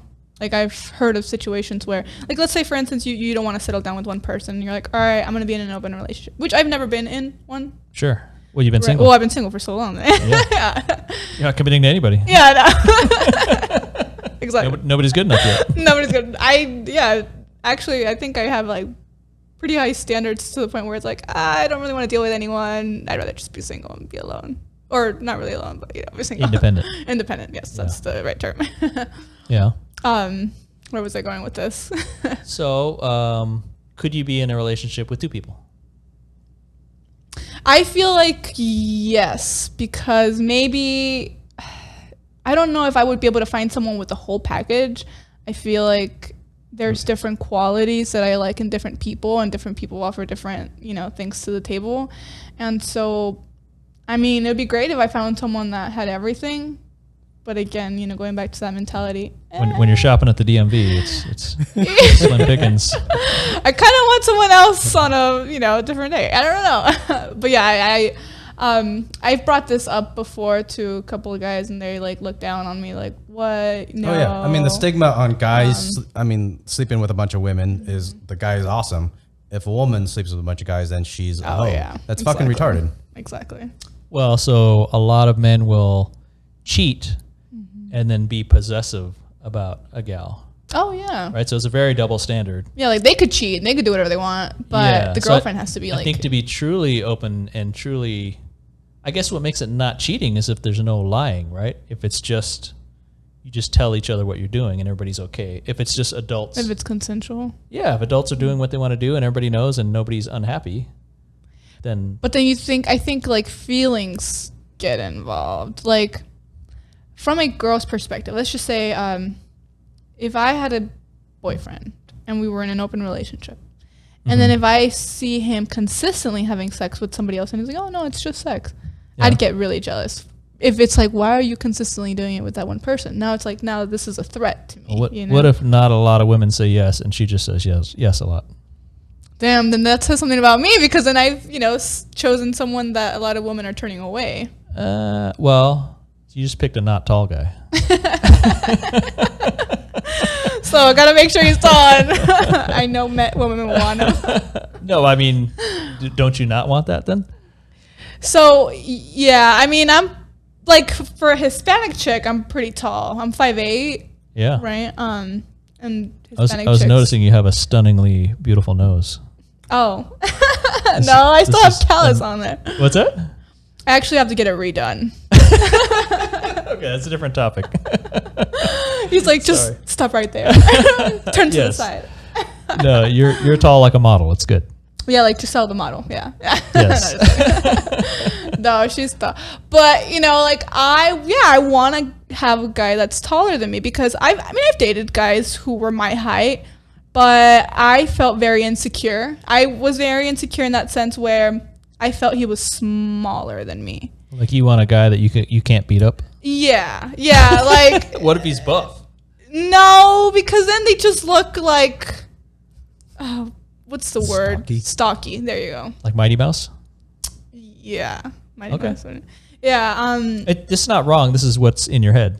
Yeah, this is because you can't choose what you're attracted to. And the woman just naturally wants to feel smaller, and so if the guy's my height, if we're both the same height, then but preferably I would want him to be taller so I feel smaller. It's just that fits your romantic image. Yeah. He can't just be tall. He has to have 6 figures. Tall and rich. We're back to the start. Yeah. Nah, but you got to find me one of that. Yeah. Yeah. If anyone's watching and you want to talk to Gissel, let me know. I'll forward your contact. If you're tall and rich. Send your picture, your contact information, your email address, and then we'll filter you out. Yeah. All right, Emmett, do you want to or what do you guys want to talk about? Do you want to talk about IT stuff, real estate stuff, stocks? I want to know if Gissel can explain the cloud to us. The cloud? Yeah, you said the videos are on the cloud. That's what I just, for anything that gets captured into the world, I'm like, there's a cloud out there. It's like we're living in a fucking matrix. Oh, IT's boring. You know what? What I did want to talk about actually was a little bit of real estate. Now, particularly, these are questions for you, Emmett, because the experience that I had with buying my first place in general and buying my first place here just was such a shitty experience. Like the shittiest experience that I've it was crazy. So I wish I had known you back then. I know. I met you once I had finally closed, which, but so, just kind of like to start off the story, you guys know that I bought property in Vegas because it's cheaper here than California. I saw this as kind of like an investment opportunity to, if I don't end up living here, then I can just rent it out for some positive cash flow, right? Sure. And so, it's generally a good idea to want to own property. Yeah, exactly. And I can't do that in LA because you fucking go looking for the market and you're going to find a crack house for $300,000. That's really, you can get it for 300. Mm-hmm. Yeah. Down Bellflower. Down on Bellflower. That's by my hood, okay. Next to Torrance. No, like Compton or South Central. Okay. So yeah, I guess that's a steal. Yeah, that sounds like a bargain for California. For California. But so anyway, it's funny when I was in the market to look for loans, I met this guy who was a mortgage officer and he was the one leading his branch, right? Mm-hmm. When I first talked to him, he was on it. Like he gave me the pre-approval letter on the spot. Yeah. Awesome. Now, I don't know how often this happens, but I don't know the whole process, you know?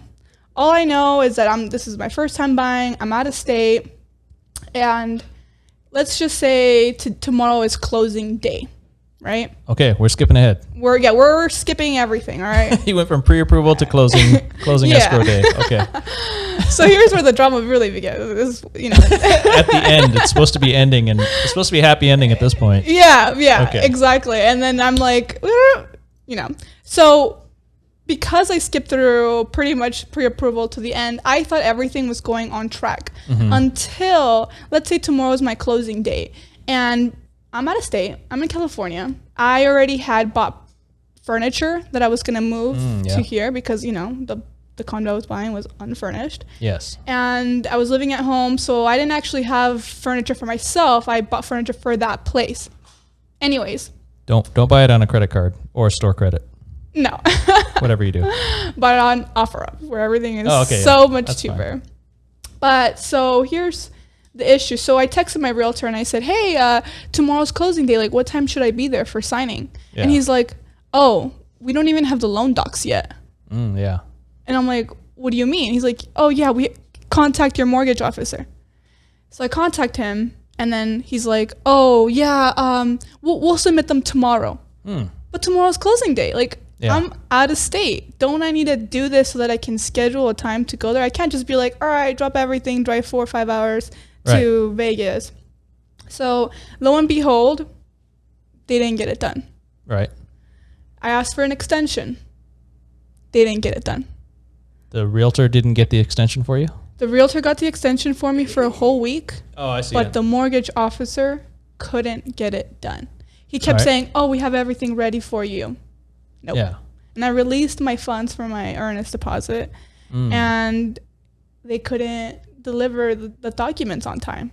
And I sent these like really nasty emails telling them like, what the fuck? Like, whose fault is it? And they were trying to like say, oh, it's not our fault. Right.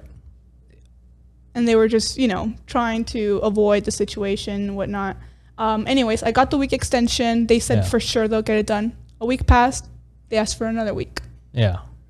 And then at this point, they asked for more money, and I said no. So the condo fell through, and I lost it.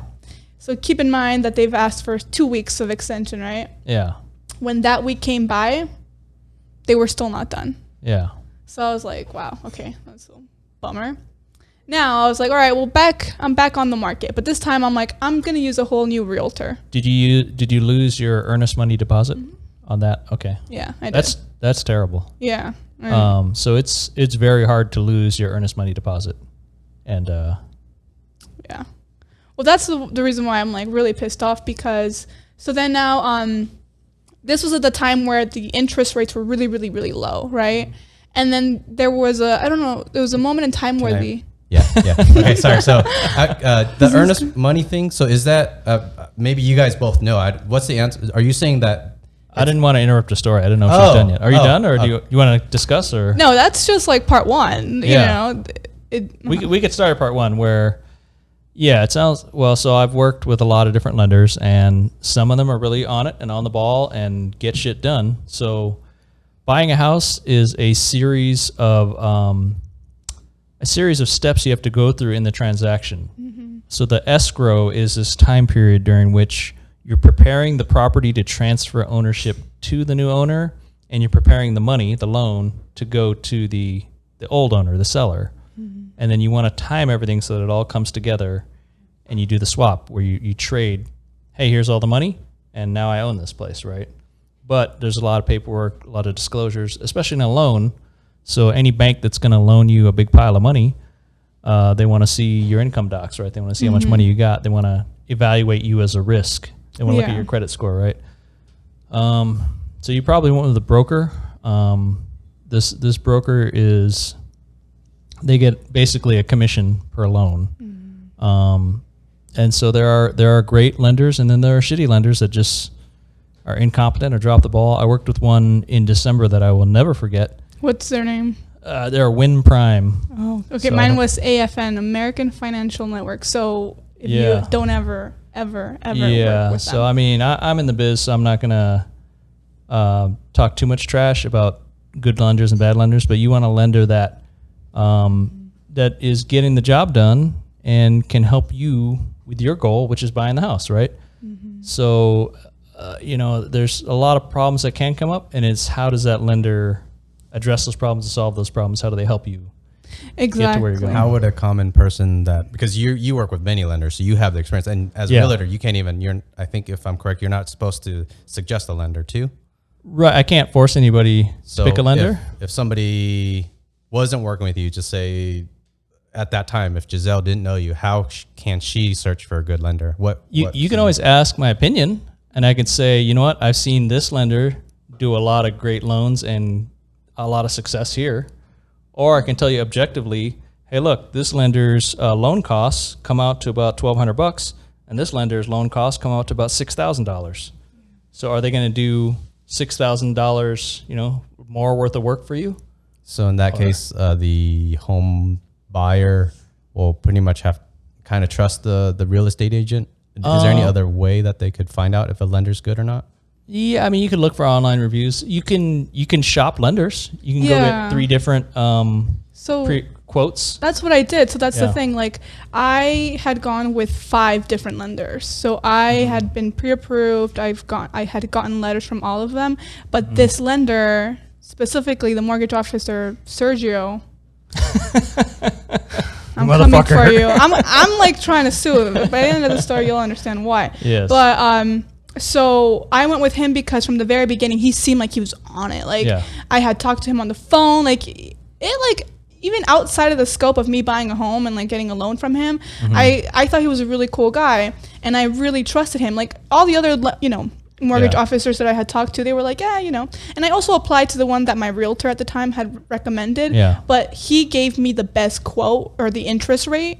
So I was like, all right, win-win, and I didn't know until the very end that he was being really shitty lender. And what was the problem? Okay, so here's the thing. Let's say you're shopping for a car, right? This is get deep. All right. If you can't afford the car, why am I going to be like, trying to, show you all the specs or anything like that? If let's say you can only buy this car cash only. So if you as a college student walks in and I start showing you the top of the line limo Mercedes, is that a mismatch to? I think, I mean, the reason why I'm saying this is because where they dropped the ball was you're supposed to check if a condo qualifies to being financed, right? Like the mortgage officer is supposed to check, okay, is this house even financeable under our guidelines? And they checked that a week before I was supposed to close. Oh yeah, you need to do that on the front end. You need to do that from the very beginning. Why are you doing this last minute? And then the HOA is notorious for not getting back to you within the day. And so they had all these questions for the condo review, and they couldn't get the answers, and they blamed it on the community manager. And I'm like, dude, no. Yeah, so the HOAs, so a condo complex will have an HOA, right, a homeowners association. Because the condos share walls and share roofs, you almost have to have an HOA because your property is not independent. If you got a hole in your roof, your neighbor is worried. If your wall is on fire, their wall is on fire. So there's an issue. If your bathtub leaks, your people downstairs and the people to the other side of the bathtub are worried, right? They got cockroaches, you got cockroaches. So you got to worry about these things as a community. So the HOA is elected from people who live in the condo complex, but they can't be doing a full-time job of monitoring HOA stuff. So most HOAs will hire a property management company to handle the paperwork and the kind of the day-to-day stuff you need to do, right? The office work, the filing, all the paperwork you need to do. It's almost too much for somebody to do voluntarily. Yeah. So it is a business where you got to pay your HOA dues, and then part of that money goes to the property management company. When you're buying into a condo, there's some costs where you're going to have to pay on the front end, and that money goes to the property management company to provide something like an HOA cert or a condo cert, which says that, yes, we can do a loan. So the bank has their own criteria on can we loan in this condo complex, right? They're looking for a few things. The big one, is there any major litigation happening right now? Mm-hmm. So if this condo complex, if this HOA is being sued for $84 million, like, hey, well, I'm going to say I don't want to give you a loan to buy into this place that's about to get whacked with a giant lawsuit. Because they're liable. If I end up like not paying my mortgage and stuff, then it's the bank doesn't want to be liable under those. Yeah, your condo complex is the collateral for the loan that they're giving to you, so they want to protect their investment. Right. So they don't trust you 100% to pay back over the next 30 years. Yeah. They're taking a guess by looking at your credit score and your income, and they go, you know what, she looks pretty good, right? Mm-hmm. But things can change, right? Exactly. So the property management companies typically suck at helping get information back. It's it's probably not a great rewarding job, but like I hate it because it makes the transaction so difficult. The lender just needs this info so they can do the loan. I'm the realtor. I just need info so we can get the transaction done. We want to help people buy and sell their condo units. You guys do this every freaking day. Why do you suck at it? Yeah, so that's what I wanted to know. It's super frustrating to deal with those elements of the real estate transaction. It sucks because I worked in the HOA document processing company, and their second biggest revenue is when selling or buying a house. The first biggest revenue is their monthly payment towards HOAs. Mm-hmm. The second highest revenuing thing for most HOAs is that transfer fee. Yeah, and you need a resale package. And So it sucks that they're so unmotivated. I kind of don't understand. I haven't worked. I don't know what they do. Yeah, but it's weird that they're so unmotivated, and yet that's the second highest revenuing thing that they got going on. Yeah. But, in this situation, I feel like it was the mortgage officer and his team that dropped the ball because they were doing it days before I was supposed to close. Mm-hmm. Like, this should have been done from the very beginning. I gave you the resale package, like, information well before. So I was really pissed off, and I couldn't believe it. Anyway, so I was back in the market looking for another place, and I was like, crap, the fucking interest rates went up. Shit. Oh, yeah. So I went back to him, and I said, look, I'm already checked off. Yeah. If I go with a whole new lender, I got to start all over again. Yeah. You got a whole month. Could you lock me in at that 3% interest rate? Yeah. And he's like, I'll do everything in my power to do that. And I got you, baby girl. So this motherfucker was like, if I could punch him in the face, I fucking would. Oh my God. So he's like, I won't charge you for the loan. I'll remove like the lender fees and there's another kind of fees. Like points? He gave me, they charged me for points, but there's the lender fees and some other fees. Underwriting? I think They can break them out. In the end, it's just loan costs, but they can give them different names. So those costs, like he only charged me $100 to do the loan. So he was pretty much doing the loan for free. Yeah. And, but he's like, he didn't want to secure me with a lower rate. He was like, no, I'm going to give you a higher rate. So he gave me like 3.5. Yeah. That's a lot higher. So it's like, sure, you won't pay for the loan now, but you're still going to end up paying me back or paying that amount in the long run. Right. And I had gone to another lender, and the lender was like, I'll give you 3%. Yeah. So, but the thing was, either I go with this new lender, 3%. So it kind of all balanced out. Either I pay, the loan fees and all the loan costs and I get a lower rate, or do I get a bigger rate and then get the discount on all the fees? So at the end of the day, I was like, it's gonna be faster if I go with him. I'd rather pay the extra $5,000 or whatever over the 30 years versus paying it now. So that was the worst mistake I fucking did, because this motherfucker couldn't close the loan again. You had a whole month. We already did a trial run. Yeah, and then I had to get an extension again. Yeah. So we're laughing, but to our viewers and our listeners, this is super painful. Mm-hmm. When you're just trying to buy a home, and all of this shenanigans on the loan is keeping you from your goal. Like, buying a home is a big thing. It's stressful, and you're giving them all your paychecks, stubs, and your bank balances and your documents, and you're like, hey man, I'm just trying to buy this place. Mm-hmm. And there's a really complicated process of paperwork and disclosures and contracts. And to have somebody that is supposed to be the expert screwing it up a second time, and you're talking several months of this now, I really feel for you. Like, we're laughing, but this is a painful story. It was very painful, because even like the first time when I was going to close, I had rented a truck and I had already started moving all my stuff like in the furniture. So when he told me, oh, we don't have the loan documents yet, I was like, I have to return the truck. Like, you're kidding me, right? Where'd you keep all this furniture? And I was paying storage for it. So that's why I was like pissed off, dude. So, okay. So I had a random question about storage. Where'd you move all this stuff? No.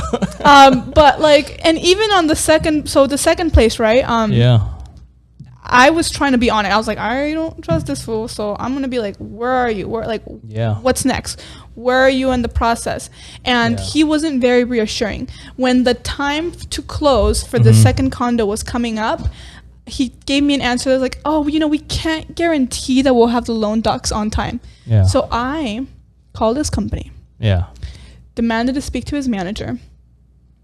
And I said, hey, I want you to talk, like, here's my loan number. Here's the mortgage officer that's working, my loan. So what's also wrong with your story is that your realtor should be doing these calls for you. Your realtor should be on the loan officer for that timeline. There's a timeline of steps that have to take place, and the realtor should be communicating directly with the loan officer to coordinate, because if there's no loan, there's no deal for him either.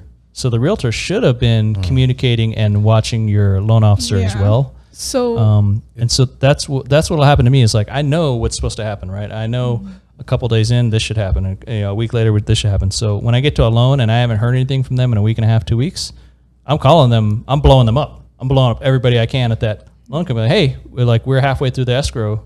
So are you guys doing a loan or what? Like, my second realtor knew that they were an issue from the very beginning. So he was actually on them, constantly talking to them on the phone, constantly badgering, but they don't care. Man. Sounds like a story I know. They were literally he was like, I kept calling him. Yeah. And then we're on the phone, like, they would answer, but then it's like they're not reassuring.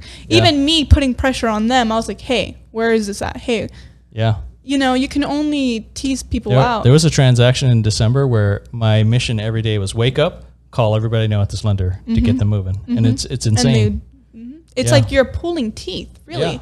And this is why it was so frustrating. Like, you shouldn't even be a mortgage loan officer or your team. Like, what the fuck is wrong with your team that you can't get this shit done? Like, that's so frustrating. And on the lender side, they're by commission per loan, so it's there's no loan, they're not getting paid either. Yeah, so and they're 100% commission, aren't they? Depends. It depends, but the revenue for the company is the loan. So if they don't complete loans, then it's a waste of time for everybody. Yeah. And but the thing is, at the second time, he was only charging me $100 for the loan. So he wasn't making any money. Well, he's making it up in the percentage. So there's a difference between being a great salesperson and inspiring confidence and then being good at getting the shit done. There's also an underwriting team. That's another part of that.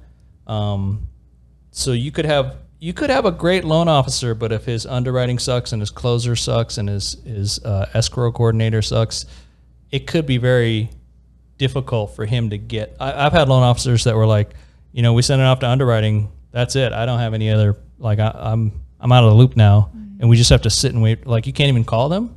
So I know lenders that can call directly to their underwriting team and go, hey, what's up? And what do you need? Well, how do we fix it? And they coordinate and get shit done.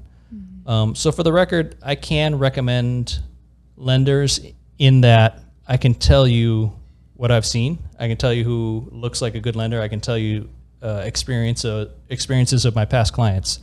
What I can't do legally and ethically is recommend a lender because they're giving me some money back, right? So the idea is they don't want me steering clients to a certain lender because I'm making money on the deal.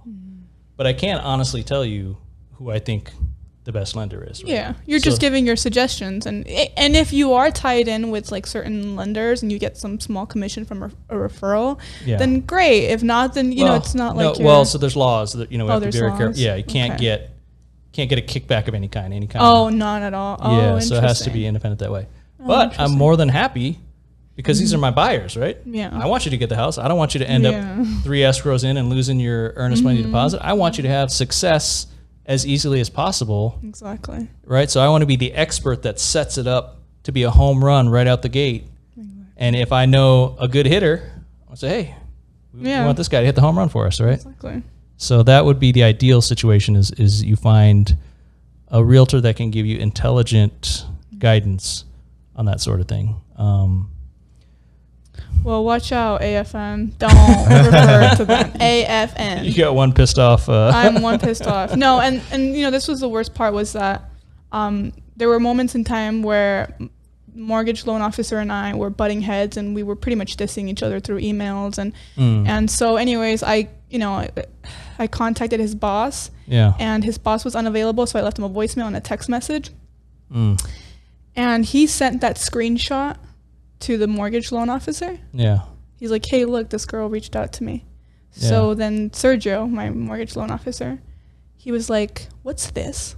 I'm talking to your boss because I'm pissed off. That's why. And then he's like, I don't appreciate you going behind my back. Yeah. And he's like, I would tread lightly if I were you, because I'm in charge of your loan, and you don't want me just putting it out and throwing it out. I can just deny this loan right here, right now. And he was like, he was threatening me. He was terrible. Legit threatening me. And he was like, yeah, that's my boss. He's not even above me. You come to me whenever you need things escalated, not my boss.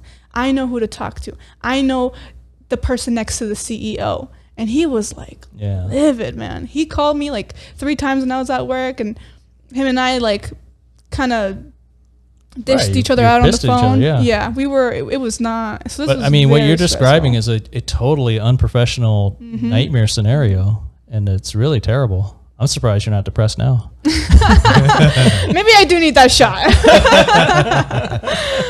If you're listening at home, drink now. Reflecting on this story, because me and him have done 2 podcasts about real estate, and he's told me like these over 3 hours, over 6 hours. These are some of the steps, but it's one thing to hear how it should go smoothly, and it's one thing to hear when it goes badly. Yeah. So it's I think it's great that you brought this story. Yeah. In the process, I was thinking, what can I do? Like, are there any rights that I have? So the thing is that I have a couple of friends that work in real estate, but it's all in California, totally different laws. And then here I come to find out that there's very little thing I could do. Like when I lost my earnest money deposit. Yeah, but your realtor should have fought for your EMD, and he should have gone to his broker to go after that lender to get your EMD back, because they lost you. It wasn't something you did that lost the EMD. That lender lost your EMD. So that realtor, through his broker, should have gone after the lender for you. Yeah, well, he didn't. So that's why I dropped him, and then I went with another realtor. Yeah. I feel bad for my new realtor, the one that ended up closing the deal, because the thing is that he was on it, and I mean, unfortunately, it was just a really, really, really shitty lender, and ultimately, after that confrontation that him and I had, me and Sergio, the mortgage, fucking Sergio. Piss me off. Does anybody out there named Sergio? You're never gonna have a chance to date Gissel. I was looking into like, what the fuck can I do? Can I like revoke his license? Can I go to the BBB? Can I fucking sue him? Like, dude, I was about to go to the actual headquarters and like try and talk. Like, I was pissed at the time. Like, you have no idea how fucking pissed I was. Yeah. And so was it like $3,000 worth of EMD? It's $2,500. Okay, yeah. So in principle, that totally sucks. In reality, it's probably not worth going after the $2,000. No. In terms of like me actually going the legal way and like suing him, that would consume my money. It's just and your hatred and your turn to the dark side. And then I'd be the next Darth Vader. No, but the way this story ends is I hope it's good. So let's say tomorrow's closing day, right? The second property. Okay. So they didn't have the loan docs on time again, so I had to ask for another extension. But this time I said, nope, I am not releasing any funds from my earnest money deposit. Right. and my realtor fought for that, and he got me the extension without me having to release funds. Thank God. Yeah. All right, so now I have a full. I actually had a little bit more than a week. I got 10 days of an extension, and Sergio's team, again, was this close to asking for an extension. So let's say tomorrow's my closing day, right? I was supposed to have someone come out to California so that I can do the signing, but Sergio's team didn't finish the documents on time. So I couldn't have someone come to me and then rush the papers. They couldn't get a mobile notary to you. Exactly. In time. So so on your final loan docs, you have to wet sign, which is signed literally with a pen. Yeah. A lot of the documents prior to that point, you can sign by email, right? They have DocuSign, DigiSign, AuthentiSign. Any of those are fine.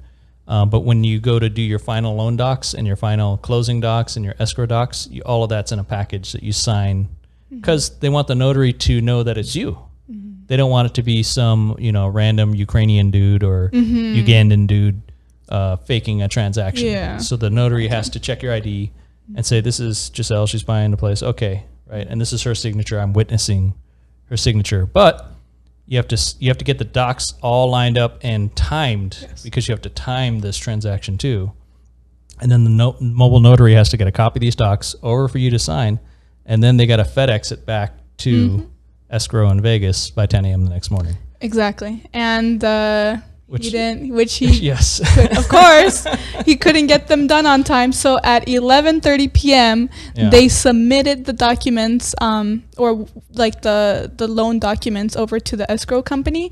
So at 11:30 p.m., the second I heard that they finished those loan docs, I had to book a flight to Vegas so that I can go in person the next day to sign and then fly right back. Oh my goodness. So that was another $300 that I had to spend last minute just for a day. And I spent the whole day at Grouchy John's working. That's what you're doing? Yeah, Is it your idea to go there today? No, it was you. You hosted it. But I was having flashback memories. I didn't know it was a traumatic place. It's funny, like as soon as I finished signing, I was like, I can't believe I just had to book a flight because the loan officer couldn't get the document. And so that's, after that, oh my God, after that, the loan officer, so Sergio sends me a text message. He's like, yay team, good job. We finished this loan. Happy. I was like, are you fucking kidding me? Oh my God. So I haven't done anything since, but I don't know what to do. I honestly feel like, should I still write shitty reviews? Should I, Well, okay, so you got the property and you got your loan at 3.5%. And it's probably not a huge loan, right? It's not yeah, you're okay. It's just the principle. My realtor was like, let it go. And I was like, no, I don't want to let it go. Yeah. I think you're definitely entitled to terrible reviews anywhere and everywhere you want. Go to Yelp or LinkedIn or what, at the very least, you're sharing your experience and you're warning other people, hey, I had a terrible experience with this lender and this loan officer. There's nothing wrong with sharing that information. And it's funny because when I talked to the escrow lady when I was there doing my signing, she said, oh yeah, they do this all the time. We know that them. Lender? Like they're very notorious for always turning things in very last minute. Yeah, that's crazy because for loan docs to get emailed over at 11:30 at night, ain't nobody sitting at the escrow office at 11:30 p.m. They go home at 5. They got normal office hours. Yeah, but so they were nice enough because they knew the situation had happened and they knew that I was already beyond my 1 week extension. Yeah. So everybody had left the office, but they were checking their email so that they can let me know, hey, the lender did actually submit the loan documents. Nice. Book your ticket. Come to Vegas, sign. Otherwise, you're gonna that's great. That's the escrow team going above and beyond. Yeah. So the title and escrow company did well. Yeah, ROC title. ROC? Yeah. That's who we used. But anyways, that was my shout out. Super fun shout out. ROC title. This is not commission based. If you're excited to hear about title companies in Las Vegas, you came to the right podcast. The way to go. A tangent story. So your anger feels like my anger when I got scammed on a Bitcoin miner. I wanted to buy a Bitcoin miner about four years ago, and there was this website that looked exactly like the main the actual mining, the company that produces that mining unit. So this other company, they made it look legit to me. I didn't notice the difference, and I sent over cryptocurrency to pay for it, and then I lost the cryptocurrency. Granted, it was only $200. Yours was $2,500, but I tracked down that guy's bank, the bank that he was at, and then I emailed the bank, said, "Hey, this business is doing illegal scams. Please, if you can, send back money to me," which you probably won't, but please shut him down or something. Yeah. And I don't think it. They should report to the authorities then, wherever that bank's, wherever that bank is. Yeah. Even if it's a non-U.S. bank, there should be some authority that has jurisdiction. I probably should have maybe emailed, or maybe the local police department in that city, maybe just for the heck of it. They'd probably point you to FBI under some kind of, internet, Yeah. I don't know. I think FBI usually is the internet scam. Yeah. That sounds about right. Cause I think they have a cyber crimes department. I think we actually need to step that up in the U.S. We kind of accept that there's shady shit that goes on the internet, but in the end, it's thievery, right? It's scams and cheating and stealing, and why do we accept that on the internet in the way that we don't in real life? I think we need a stronger enforcement of our internet, because the internet is such a big part of our lives now. It lives on our cell phones in our pockets, and it's tied to all of our finances and all of our information. This is more than we ever had pre-internet. Pre-internet, you carried around this cardboard Social Security card, and have you ever seen an old license? They're not even laminated. No. But the volume of documentation and financial activity and passwords and access to everything you do is so ingrained in the internet in such a short time that I think we need stronger protection there. I think we need, I get it, it's new, but it ain't that new. It's been around a couple decades now. Let's get with the program. I want to say there are federal laws in place that make it a federal crime. But like you're saying, though, it seems like it's not enforced enough, or the scammers get away so easily, which... Yeah. I mean, I get scam emails in my Yahoo box pretty frequently, and they're not very sophisticated, so I'm pretty good at catching them. But I could see how an older person could fall for it. Yeah, my dad. And it's a lot of them are cookie cutter, and it's man, can't you find these by now? Can't you notice when somebody's pretending to be Yahoo and their website address is some other weird garbage? Some are really sophisticated. So I've got some from work. I don't click on them because obviously we've received training on how to watch out for these emails, because sometimes it'll be they'll design the email to look like the company email. And so when I went through this training with my company, they said, watch out, because don't click any links. Don't, go, if it's a document or attached document, don't open it.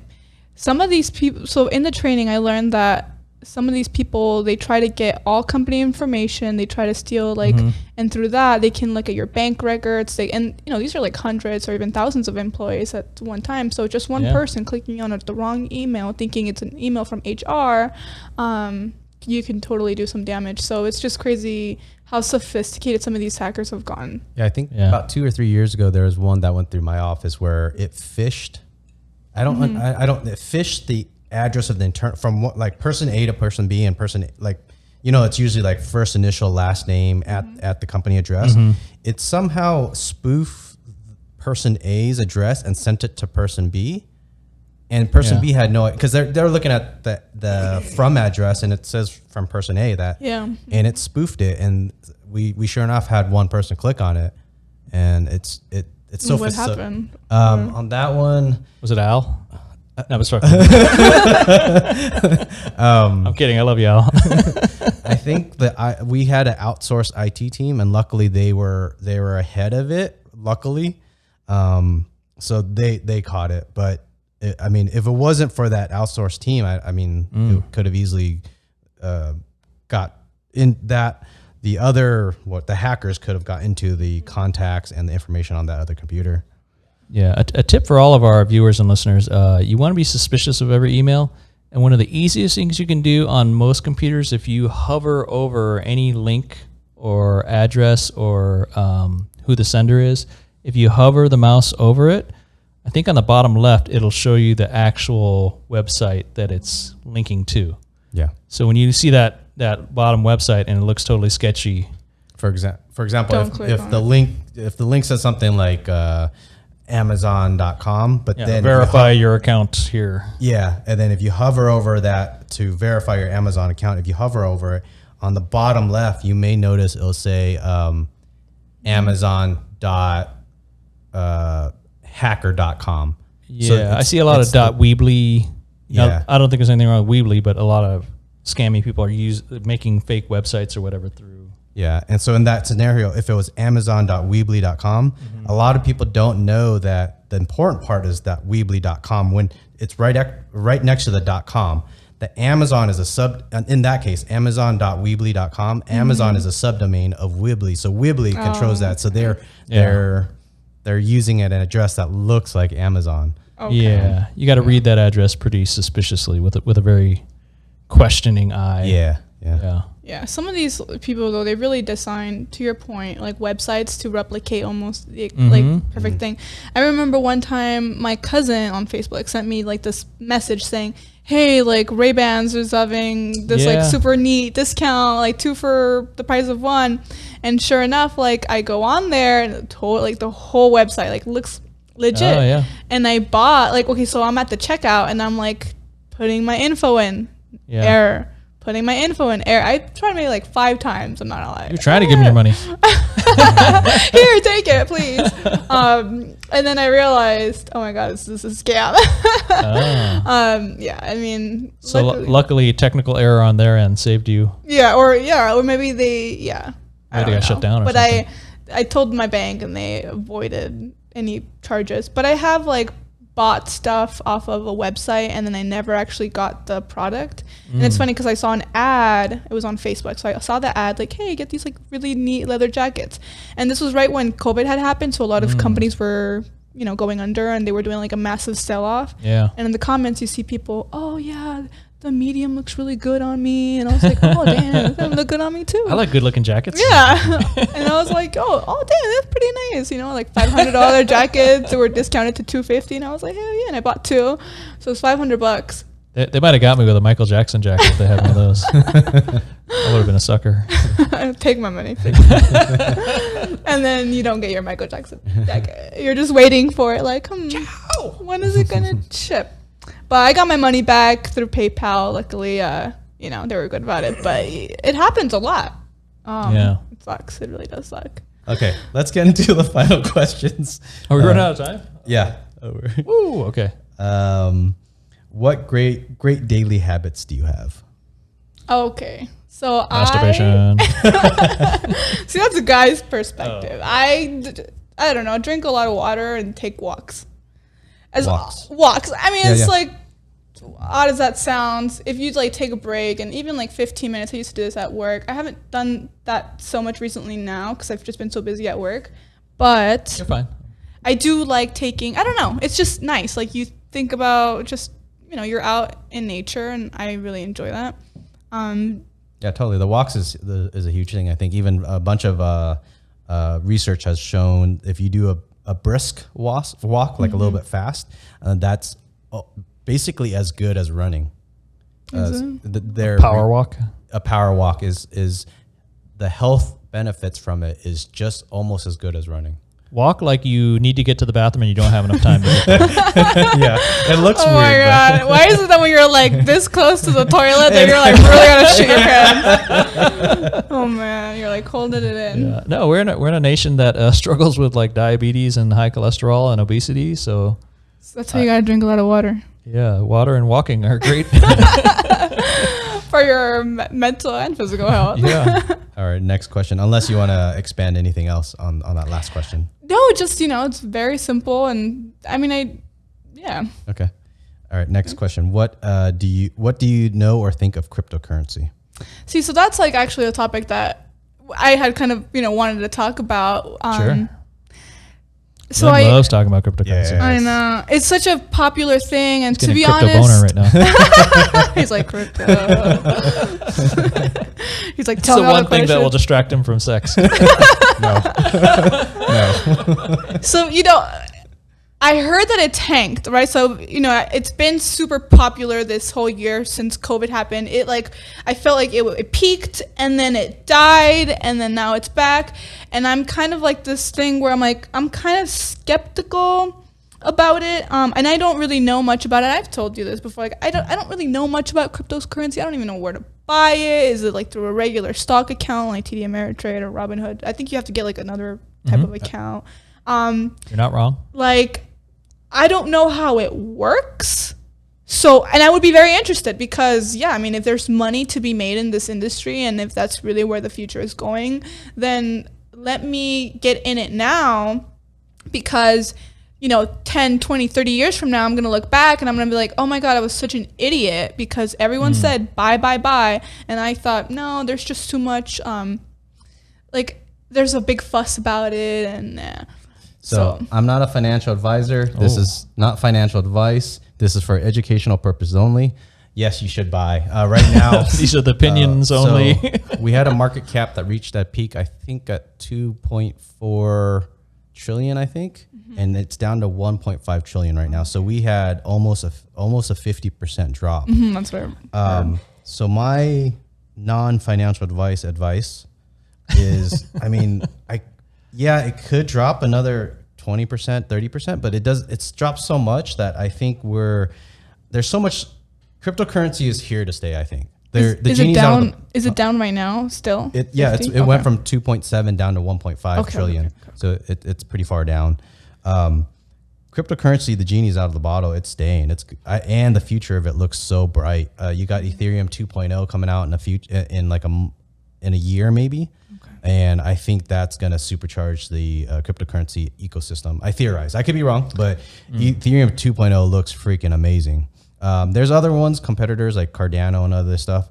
We could get into it later if you want to talk about it, but they could be competitors to Ethereum 2.0. But right now, if I had to pick only one, it would be Ethereum 2.0. So how does it work? So, if you were to put it in the most... You've already gone too deep. Just got to go back up to basic level.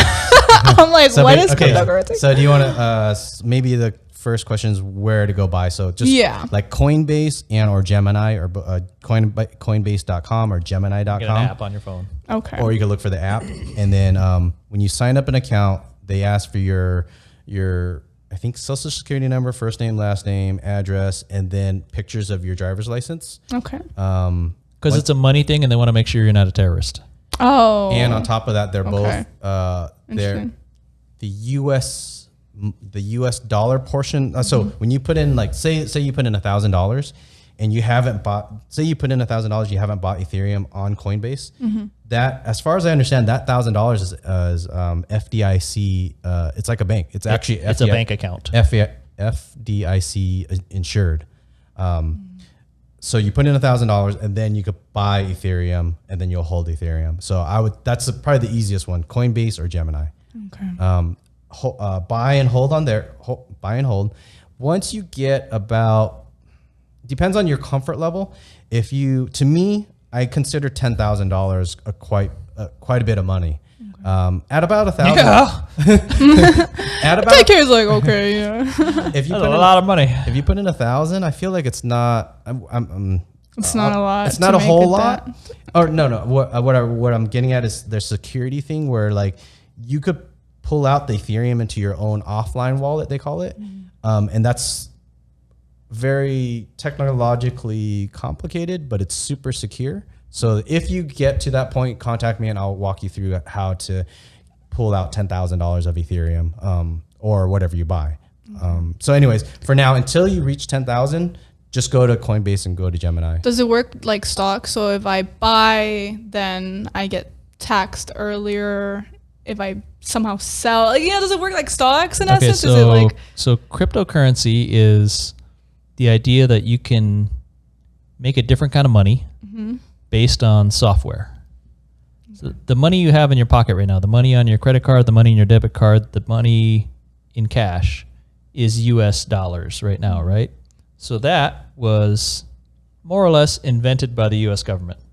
The US government says, hey, if you have these dollars, we're going to support you and we're going to legalize and legitimize these dollars and you can spend them and you can trust them and you can put them in the bank.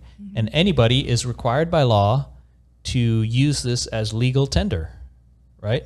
So if that's your understanding of money, then there are other kinds of money too, right?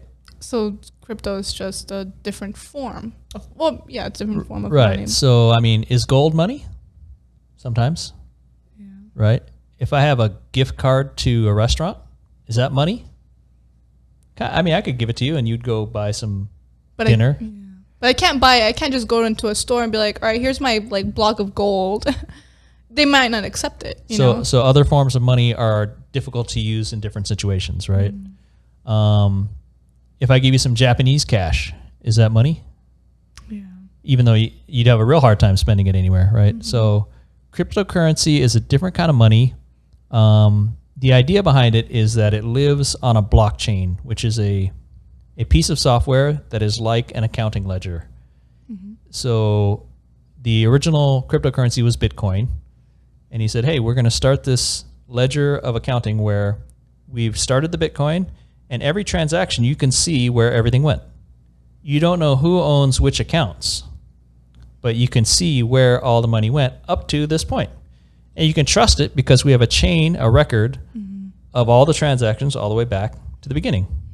So how do I know I gave you this much worth of Bitcoin? Because I can see the whole history and I know legitimately you gave me this much Bitcoin. So it gets very technically complicated where many computers are verifying that transaction. So is it currency? To me, yes, because you can spend it. You can go buy stuff with cryptocurrency. Not everywhere, not in every situation. You have to find situations where you can spend cryptocurrency. But if you had enough Bitcoin, could you buy a house? You could buy a Tesla. I think I just saw on the news today they were going to accept Bitcoin again. So if I can buy a Tesla with it, is that real money? Sounds like money to me, right? Yeah. The IRS wants to tax you on it.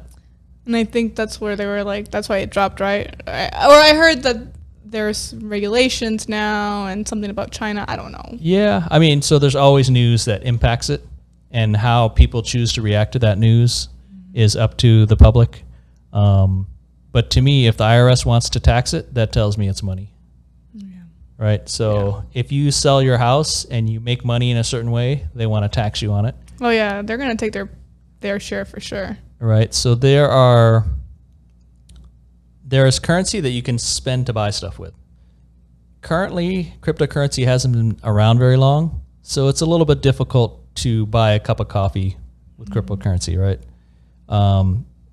There's some extra steps. It's not as easy as regular dollars or your regular debit card. But every day and every year, it's moving closer and closer to becoming a very easy currency. So, what else do we need to know about cryptocurrency? I think earlier when you were questioning, or you mentioned the fear of cryptocurrency, like is it going to drop more? Maybe is that a question maybe in your head? Is it real? Is it going to grow eventually in the future? I think if you look at the history of Bitcoin and cryptocurrencies, I mean, Bitcoin started out at sub penny. And then in 2012, it went to $1, I think. And then 2014, it went to $100. But each time when it went up, it also fell too. Yeah, but very volatile. But super volatile, yep. Where when it goes up, it seems like the floor comes with it. So as it goes up, there's some type of support level. There you go. The the finance term. Yeah. He's like, what am I thinking? Sex. So can't think of the terminology. As it goes up, people that really are into cryptocurrency, that support level goes up too. So when it crashes, it's going to hit that support level, hopefully, and then it will never go lower than that support level. You're saying there's like, if you were to plot this out as a trend line, just like a basic trend line over X period of time, yeah, it fell like 50%, but it's where you are is nowhere compared to where you started. Yes. Yeah, it's very highly volatile and very unstable, but over any longer period of time, the trend for its valuation is highly up. Yeah. Like remarkably, incredibly up. Yeah. Year over year. And yeah. If you look at it, So I would classify cryptocurrency in with assets that normal people can buy. So currently, what appreciating assets can a normal U.S. citizen buy? You can buy real estate, some kind of property or a house or something, right? Mm-hmm. That seems to go up over time. Mm-hmm. You can buy stocks. Mm-hmm. We can jump on an app or whatever and buy some stock. You can buy Apple stock if you want, right? That seems to be a popular stock. What other appreciating assets can we buy? Well, definitely not cars. Those depreciate, yeah. So very much in value. The second you drive it out. Yeah. I mean, property, stocks. I mean, yeah. Pretty much that's. So in my experience, it looks like cryptocurrency you can also buy. Mm-hmm. Even if you only got $10 or you got $100 or $1,000, you can buy some amount of cryptocurrency. You don't need the whole amount of one Bitcoin. You can buy a portion. How much is that, like, for one Bitcoin? 38,000. I might be wrong. Somewhere around. 38 sounds right. Yeah. Last so you don't year need. Was like 17,000. I was. Yeah. Looking at it. Yeah, but actually, no. I think it was lower. I think it was. Anyways, it doesn't matter. I think it was lower than that. Yeah. So if you could go back in time and buy Apple stock 5 years ago, would you buy it? Yeah, of course. And I think anybody would, right? Or Amazon when it first started, and then now it's worth, I mean, same thing with Bitcoin. So would you buy $1,000 worth? How much? If you could go back in time, how much? Yeah, that's the problem, right? Because it's like, whatever you could afford at that time. Exactly. You know what I mean? Like, if you truly think that this is gonna go to the moon, then invest, right? Regardless of how volatile the market is, just you want to your point, buy and hold. Same thing with stocks, long term, right? Mm-hmm. You just want to buy it, forget about it, let it grow on its own behind closed doors. You don't want to be looking at the market and stressing out. Yeah. I think it's kind of like idiotic, if people buy high and sell low because they're like freaking out. Mm-hmm. Human nature. Yeah, I'd be like, all right, just don't even look at it. Just buy. What are you, a data analyst or something? I think 9 to 5. So yeah, if you can buy it and hold it, that seems to be pretty smart because over time it appears to be growing. It's going to be going that direction. But I would say additionally, it seems to be growing a lot faster than stocks or real estate. Yeah. Whereas a great growth rate in stocks or real estate might be 10% a year. Mm-hmm. That sounds great, right? Who wouldn't take? And that's like, on a good to do that every year over year consistently. Yeah. So if you can, cryptocurrency appears to be on a much higher growth multiplication. Rate. Yeah, and so how do we know it's not going to crash and disappear? It's the technology, the blockchain consensus it's a paradigm shift. It's like if someone told me the internet, cryptocurrency is actually a protocol and not something like Google. Google is a product. It's a company. It's a company, but it produces a product that's Google, the search engine, and other products. Yeah, right. Cryptocurrency is a protocol. That's like buying. If someone were to say buy stock in Google, this is actually buying something that is the internet. Cryptocurrency provides such a huge paradigm shift on so many things. So I was trying to, in a weird way, answer your question. I don't think cryptocurrency is going away. This is the future. As much as we saw Google was back in 20 years ago and how it's grown, cryptocurrency, I think, it's going to surpass that by magnitudes. And I think like 20, 30 years from now, we're going to look back and we're going to think, wow, remember when this was at this price? Yeah. Oh, yeah. I mean, that's what everybody thought with like the Tesla stock. Right. It's like, oh, it's so cheap. And then now it's like, oh, damn, like it skyrocketed during COVID. Yeah, my non-financial advice that I think I told you this is not financial advice. Came over for the fire barbecue, whatever, the bonfire? Fire pit bonfire. I tell my friends, if you could get about 20,000 of your dollars, if you can have disposable income, disposable. You're rich friends, bro. If you could have $20, 20,000 min. If you could get $20,000 just lying around into crypto, hopefully in 10 years you could retire. So you think that would be enough to? It's my guess, because the way that I've seen it grow, I mean, you could every point for the last 12 years, look at any time, put in $20,000 almost at any given time, and then look at 5 to 10 years later, even 5 years, you could look, holy shit, it's growing a shit. So I think you have an advantage being a data analyst that you could go look all this info up and look backwards into the history of it. How would I export the data through it? I think go to either the one I like to use is CoinGecko, CoinGecko.com. Most of those sites, so CoinGecko, CoinMarketCap, Live, CoinWatch, all those have an export to Excel feature. Oh wow! Yeah, and like, is it like a daily, you can see the historical data on a daily basis, or is it like how is it being tracked? It's a lot of graphs. I want to say it's either. I need the raw data. I want to say it's either weekly or daily, so it's pretty granular. Oh wow! Yeah. Okay, you can do like some trends. Your growth. Form of Yeah. That's crazy. Yeah, you could look at the data yourself, and it'd be shocking because you could just go back at any point and go, "What if I had bought $1,000 a year ago? What if I had bought $1,000 worth 3 years ago?"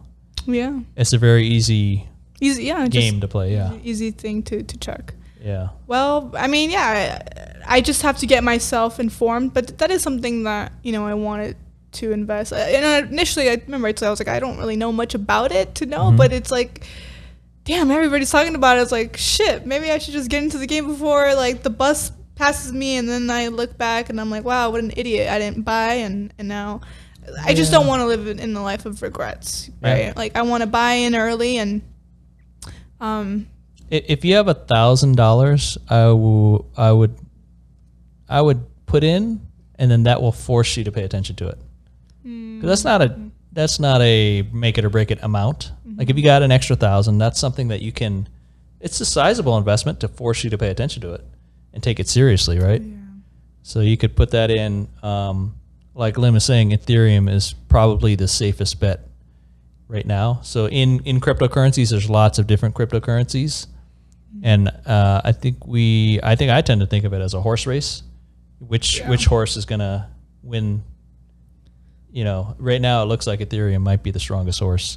Bitcoin was the first one out the gate, so a lot of people know Bitcoin because it was the OG original coin.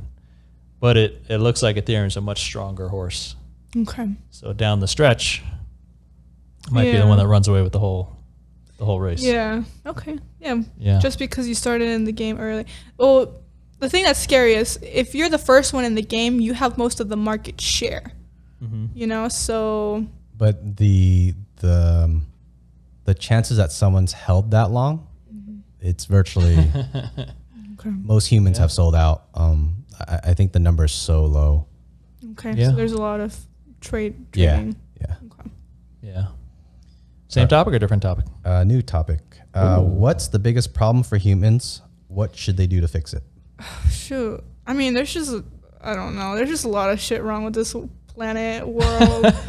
I mean, there's just so much stuff. I mean, one thing that I hate, honestly, like plastics, I'm really anti-plastic, and I drink water bottles. Water off. But I think we really are trashing this planet, and we're not really taking into consideration everything that's going on. And I don't know, like it's surprising how much shit we do that has plastic in it, and it's so disposable.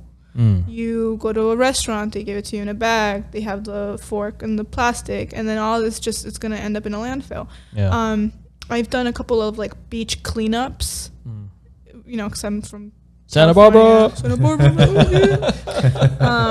It's just really shitty, and it's just like I remember the last time I was in Huntington Beach, and I don't know, it's just that's jacked up. There's a lot of stuff that's jacked up here, but I think we have to do something about it, like some way to make plastic a little bit more, I don't know.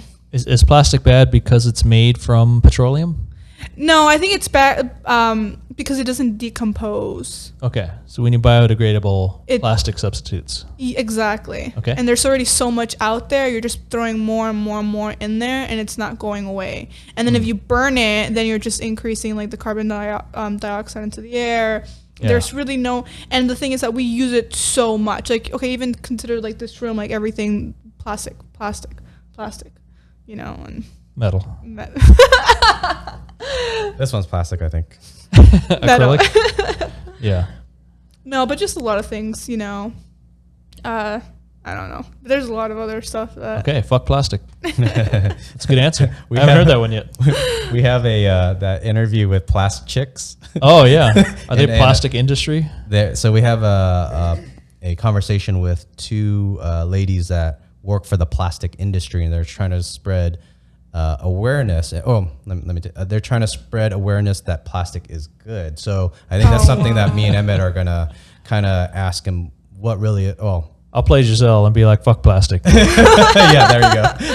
It's like, tell me these lies, man. They're trying to feed you stuff. So I mean, it's their industry. It's just. I mean, would our modern hospitals work without plastics? It's a lot of stuff's made from plastic. A lot of the tools that we use. It's just the way we're using it. I think, you know, there's right. So you can make recyclable plastics, right? Yeah, they but have biodegradable plastics. But I don't know to the level of usage that we're so used to. I think like out of all the stuff that gets recycled, only a small portion actually gets like reused. Oh yeah, definitely. Yep. Yeah. So we're not very effective in the way we're, you know, treating our trash and just. Yeah, it's easy to say the right thing. Yeah. It's harder to do it. Exactly. And, you know, I think more and more, I mean, we feel, you know, we're just trashing this planet. So even right now, you guys are saying, oh, in 50 years, I'm like, shit, well, what the fuck's are we going to be here in 50 years? Yeah. It's a shit show, really. I agree with you. Next depressing question. Think of at least two friends that should do this conversation. Call them out. What? I know, right? I'm trying to think. Apparently, yeah. Come explain your cheating, girl. No, her and I actually don't talk anymore. Oh, lordy. Yeah, but she would have been an interesting one to talk to. I think she has a lot of ratchet stuff. Did you guys have beef or what happened? Yeah, so pretty much what happened was I got my nose done and so she's a news reporter for Univision. Oh, that story. Okay. Yeah. Okay. So she's a news reporter and you know, she is based off of Fresno. Who the fuck do I know in Fresno? I don't know nobody in Fresno. Fresno so I was rocks. like, yeah, use my beat up photos, my before, you know, like. That was my story that she made of me, and I gave her that content so that she can utilize it for. Wait, she did a news story about your nose surgery, your nose job. Yes. Okay. I even went so far as to get my plastic surgeon to do an interview with her, and he's like this Beverly Hills, you know, top-rated plastic surgeon. So, I just told her, hey, like, just don't share this story. Don't put it on your personal social media where like all our friends are on there. Like, I'm fine with telling people that I got my nose done. Like random strangers is fine. Yeah, but like I just don't want people from our college to like just be scrolling through your nose feed and then seeing my busted ass face. Like, you know what I mean? Your before picture? Yeah, my before photos. Like nobody wants to see like, you know. So I just like in my mind I told her, hey, look, Fresno, like nobody fucking lives in Fresno. The middle of nowhere. Sorry. You're not making any friends in Fresno. But seriously, like, who the fuck wants to live in Fresno? Truckers and farmers. So she didn't, and I told her, and I was like, you know, that's the only thing. I just don't want people to be scrolling and be like, oh my god, look, I came across her video and her busted photos, and then they start sharing. I guess I just didn't want to be a topic of conversation unless I initiated it, Yeah. And so she posted that photo all over all her personal social media accounts. Her personal, not her business, her personal accounts. And I told her to bring it down, and she refused to bring it down. And she had journalistic integrity. She wanted to get those. I'm like, seriously, you needed my face to make you look famous? Okay. Like, that's just so disrespectful to me. At least, like, I had told you to not do that. Like, a simple thing. Right. Do not do something. And she did it. And then I told her bring it down. She said, I don't even see, like, what's the big deal? And she refused to. And I said, all right, well, I'll contact your company to try and get it down. And she's like, knock yourself out. So I tried to get her fired. I called up her company and I said, I'm going to sue you guys if you guys don't take this content down. I have this reporter and I did not, like, Yeah. I did not give you the rights. And so they're like, well, we'll follow up. But then they never did. They just told her what happened. And so I was like, whatever. And she kind of started messaging me like, oh, you're dumb. And, you know, things like that. So I was like, you know, this is where it ends. Like, also sounds unprofessional. Yeah. So I was really pissed off. And now I want to see your before picture. I'll show you. All right. Because I only know you as beautiful and stunning, good looking Gissel. Yeah, with a little. But the bad part is that, you know, now it's, if you see here, my nose kind of built a little bit of the callus. So there's like still a hump there. So I have to go back and get that. You have a great nose. What are you talking about? Yeah, I don't think it's not as bad as you the make it nose out to be at all. It was very expensive for the nose job. It was $16,500. So it has to fix it under warranty? Yeah. Okay. Yeah. So if I'm gonna pay $16,500 for a nose job, it's not a cheap nose job. This looks like a $12,000 nose job. Looks like a $5,000 one. So I'm like, fuck, now I gotta go under the knife again. But yeah. Where did they actually cut? What does it? So they did a couple of things actually. It was slightly deviated, and it had like a droopy like tip, and it was kind of bulbous. You don't want a droopy tip, no. Droopy tip, yeah. Does that remind you of anything? Bulbous is okay. So they gotta like do a little lift, you know? Okay. But yeah, so they cut me up here. They pull the skin back, and then they like break your nose. So they pull kind of like a little. Think about. Did you watch a video or something? Yeah. Yeah. Do you not know how a nose job works? No, I never looked at this. So they cut you open, they pull back your skin, then they get like, just think about like a flathead, like little tool. Like chisel? Yeah. Oh. And so they like try to break your bone here and take some of the cartilage out. So they like a hammer, really. They like jam into your nose. And so they do a lot of reconstructive stuff, right? They like to find the tip. They, you know. Is it all still cartilage underneath? Yeah, it's cartilage. Mm-hmm. Okay. Mm-hmm. Yeah, so fascinating. It takes like a year to recover, but luckily when I was recovering, I didn't have any bruises. I barely had any swelling. So I was very fortunate in that sense where my recovery was super easy. So I was like, oh, surgery ain't that bad. Wait, so you really want to go back because you feel like it's not perfect? Yeah. Mm-hmm. Okay. Yeah. So because like something grew out, like, which is, you know, that cartilage, and it's only on one side. Do you see like a hole here? You're stretching your skin right now. You can't so you can see because... Yeah, stop doing that. You have a like, if you just leave it, then it's a normal great nose. Yeah. So the thing is depending on like what ethnicity you are, some ethnicities tend to have like thicker skin. So Hispanics tend to have like more oily and thicker skin. So if I were white, chances are my nose would be a little bit more thinner. So anything would be more obvious. So I have to kind of stretch my skin so you can see. Think about it like this. Let's say you have a bed sheet, right? And I put a ball. Unless it's a really thin sheet. If I put a ball, it's like super obvious. Right. You see like all the defects. You see. But if it was like a big duvet or like comforter, and I put the ball, it's kind of like, you know, a slight hump. So you have a thick comforter. Yeah, I have a thick comforter nose. Mm-hmm. But then we can't see the ball. Exactly. But it's still better than like what if I didn't have it done, you know? Yeah. So it's good now. Yeah, but it could be better. But you want to remove the ball even if nobody can see it. I can see it, and I paid a lot of money for it, so fuck this. I'm getting it done again. Okay, gotcha. Just gotta wait until it settles more, but. Okay, well, the audience is gonna say that you have a great nose, I'm sure. They'll be like, "What do you mean?" And this is what, in a 4K? Yes. What do you mean 4K? Oh, it's super high def for YouTube. So if you face the camera, they'll be able to see every pore. Damn it. I mean, would you guys do any like plastic surgery or nah? Like if you were considering, I want to. Like, what would you get done? Bigger penis, duh. No, but that's.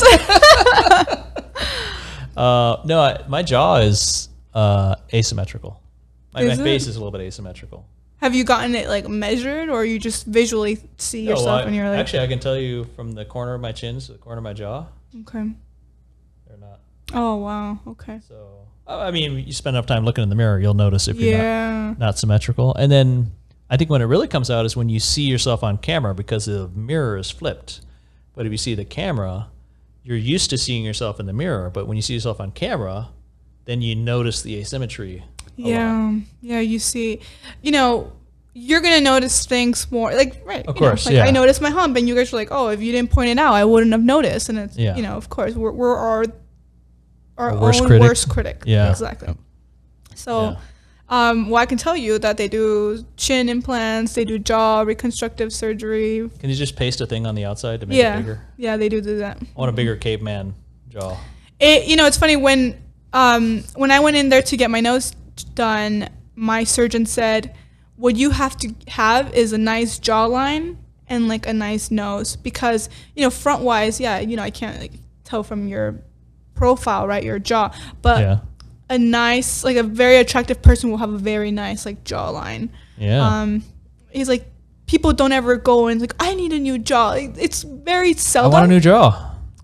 Yeah, well, I mean, you're like, I know I want a new jaw.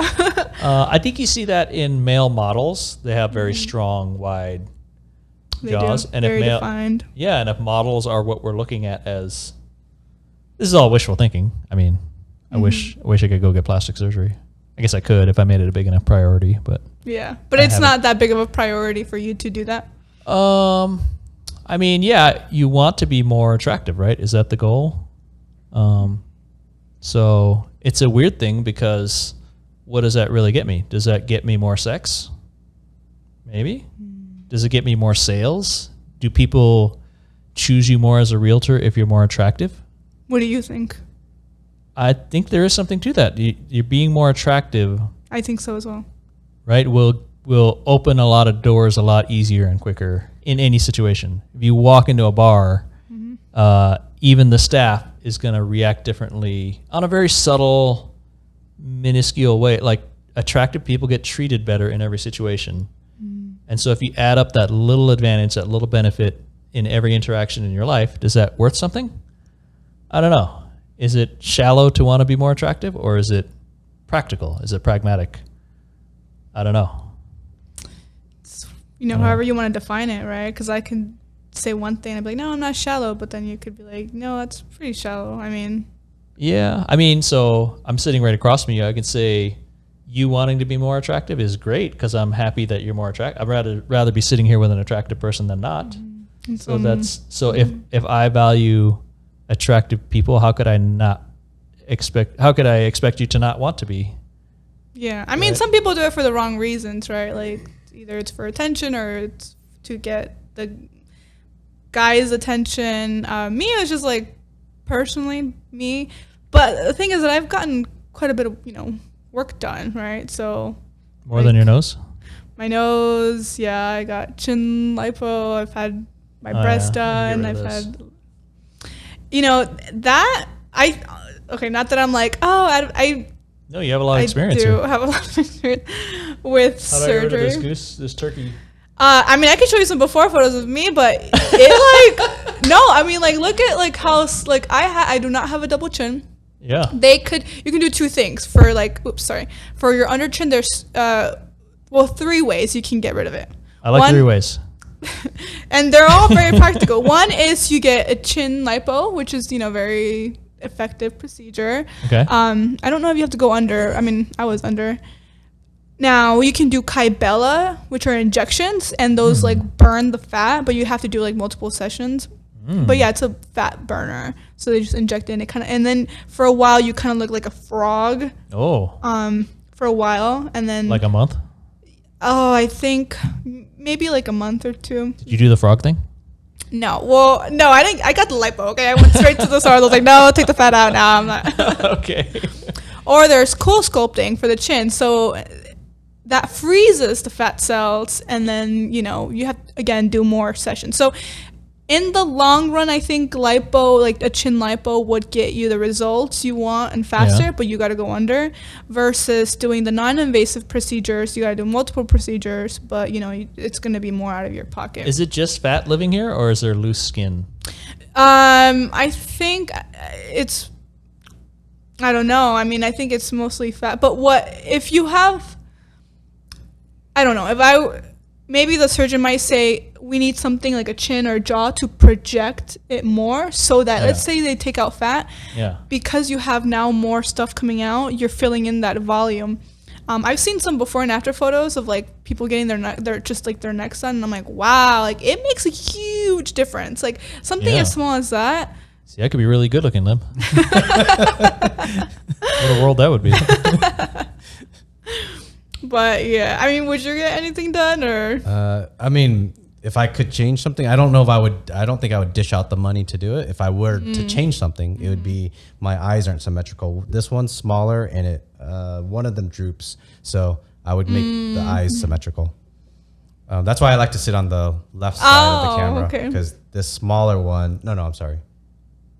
This smaller one is bigger on the camera. And you've noticed it. You see it. And you're yeah. Like, yeah. Okay. In pictures, definitely. Yeah. Yeah. No, I think my left eye droops. If you watch, if you look at a bunch of my pictures, if you look like maybe my Facebook photos, you'll probably notice I'm always looking to the left. But you see, put this one closer now to the it's camera. like it impacts you because right now you're consciously sitting in a certain way because you're like, I know. There's for a time, I don't know if you remember, I sat on the left side when we did the podcast. So it does. And you deleted all those? No. I agree with you. It does affect me, but I try not to let it affect me. So I don't mind sitting on the left, the right side of the camera.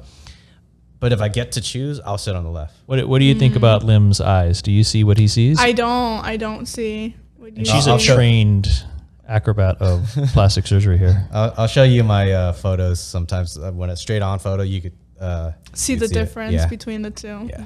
And it's easy. I know image editors or like Adobe Photoshop, so I could easily flip half of my face on the other one, and you could totally see. It's like one eye. Well, nobody's perfectly symmetrical.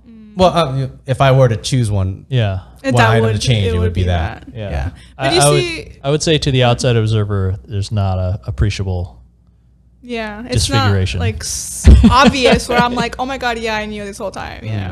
No, you're a good looking dude. Thank you. It's a good thing you're my cousin. Or else it would be wrong from the earlier conversation.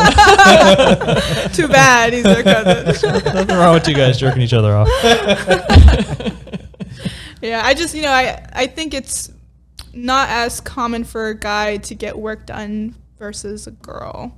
Well, because society tells us that we need to work and be successful. And the girl has to be the attractive one and beautiful and pretty. Pretty. Yeah. Yeah. So, although I would say that plastic surgery is definitely climbing. I mean, we've heard this, right? Like people are looking at themselves through Zoom and they're like, oh my God, I look so ugly. So now you're like forced to like look at yourself all the time. But yeah. Is it getting cheaper? No. Actually, so one of my surgeons, I remember when I had gone to him, so I get filler from this surgeon in Beverly Hills. His name is Daniel Barrett. So at that time, he was still kind of new and he hadn't blown up yet. So he was like, if you look at Yelp. Amateur Daniel Barrett? No. If you look at like Yelp, right? There's like, you get like, reviews and rankings. So he was probably like number 4. Okay. And then now I think he's like number 1 on Yelp. Oh, he's killing it on Yelp. Yeah. So he's like all over social media. He has like millions of views and everybody wants him now. And I remember when I first asked him like, oh, how much would it be? Like, I used to get under eye filler from him and he used to charge $800 for a syringe. And now if I ask him, he charges like $1,500. I was like, but that's because he's getting super popular, right? Yeah. Mm-hmm. Okay. So now, I mean, I think in general, the market that I've looked into is Beverly Hills, right? Because it's close to home and I trust it. I didn't. I mean, isn't Beverly Hills the Beverly Hills of plastic surgery? Isn't that like maybe that or the like top of the world? Or Miami, there's a lot of surgery in Miami. I thought it was all butts down there. Oh, it's a lot of butts. But for sure, yeah. Okay. But in Beverly Hills, it is one of the capital for plastic surgery. So I do trust the doctors there. And I mean, obviously, you look at their credentials. Right, I was going to go to TJ.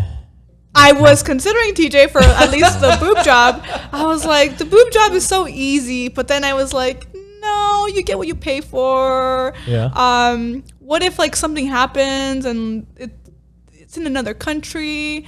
And if it's going to be on me for years and years and years and I can afford it, it sucks that it's way more expensive. But, so like, for instance, my boob job was $6,000 and it would probably. Both boobs? No, both. And that was cheap. Yeah, it's a package deal. Yeah, for here in Beverly Hills. And by, the surgeon went to Harvard. So he's good and he has like. Oh, Harvard has a plastic surgery school. Yeah. Okay. And so versus my doctor who did my nose, he was way more expensive. His was $12,500.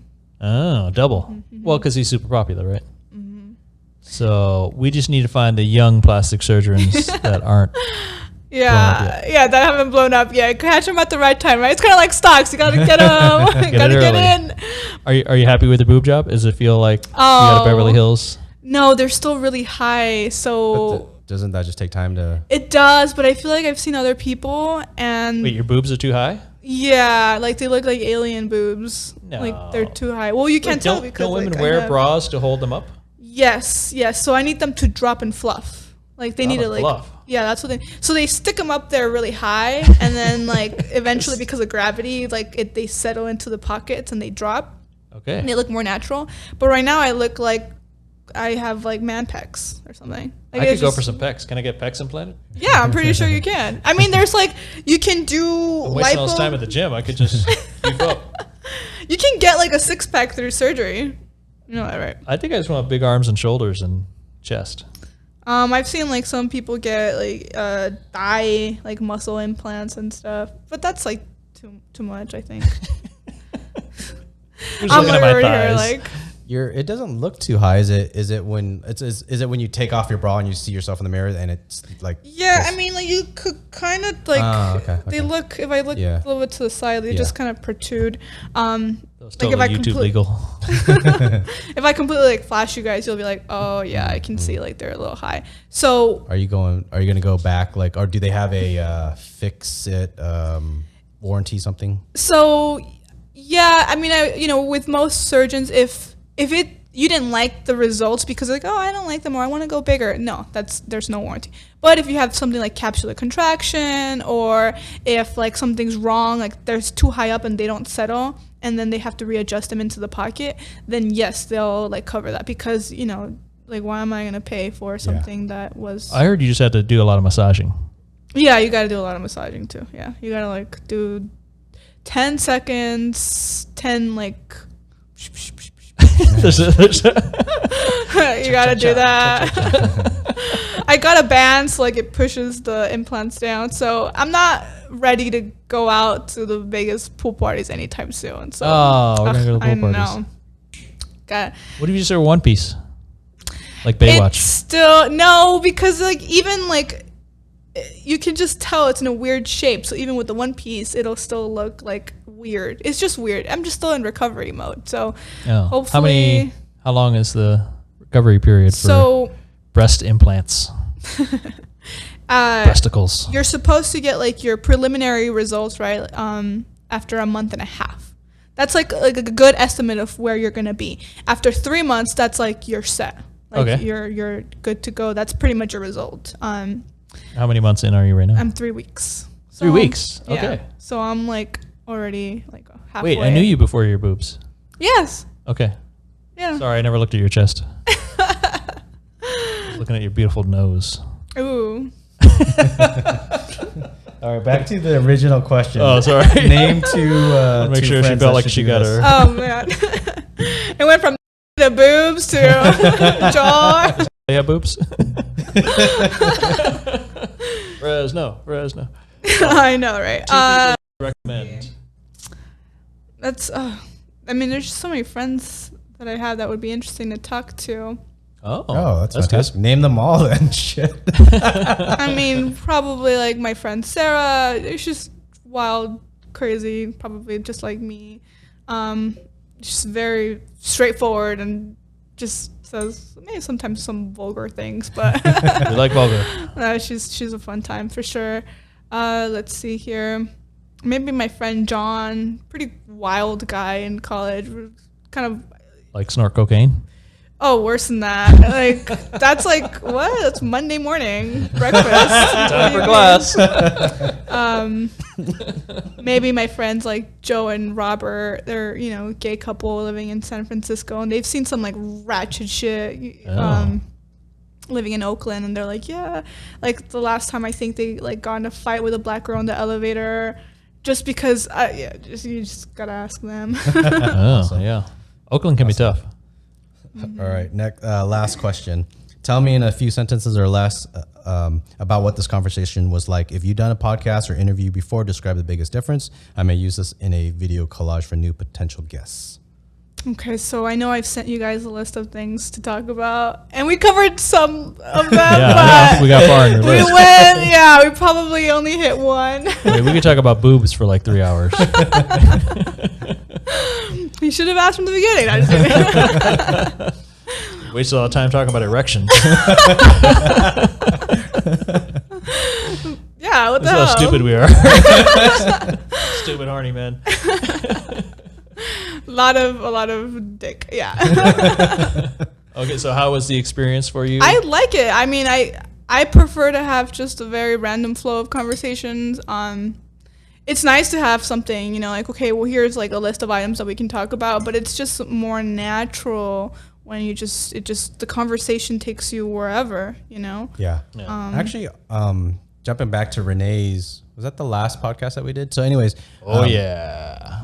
What's up with Renee? I felt like that last podcast, we did start to dive into certain conversations that wasn't on the list at all. And I that's what I'm actually going for, I think. Yeah. So the list that we have, that's fantastic to have a start, to have something to go off of. But there's times where we went on tangents with Renee where I really liked where that conversation was going. Like it's conversations that me and you have when we're sitting around the kitchen. Yeah. It's those conversations, especially like Ricky, when I tell you, my friend Ricky, we have tall motherfucker, the tall motherfucker, but we have some really good conversations. Does he make 6 figures?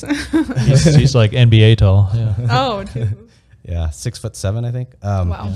But the conversations are I think such gold worthy, such awesome content for a podcast. But once I get a mic on him, something he's changes. A different dude. It's the conversation changes. It's different. And because he knows he's talking to. I think so. I think so. So I don't know if you're totally down to do more, a couple more, and maybe we could dive into that and give that a chance. But those are the conversations when we talk about like government. We went a little bit with the men and women thing today, and I thought that was really cool. But when we talk about government, politics, people's personalities, those are the conversations I really want to try capturing on this podcast. But we have yet to. I have yet to find a formula for it. We spent 20 minutes talking about Santa Barbara cops. Does that count for anything? Yeah. No. Okay, not the goal. Sorry, guys. I tried. To bring it in. All right, let's call this the official and. Great. Thank you so much. Yeah. Cheers. Cheers. Salut.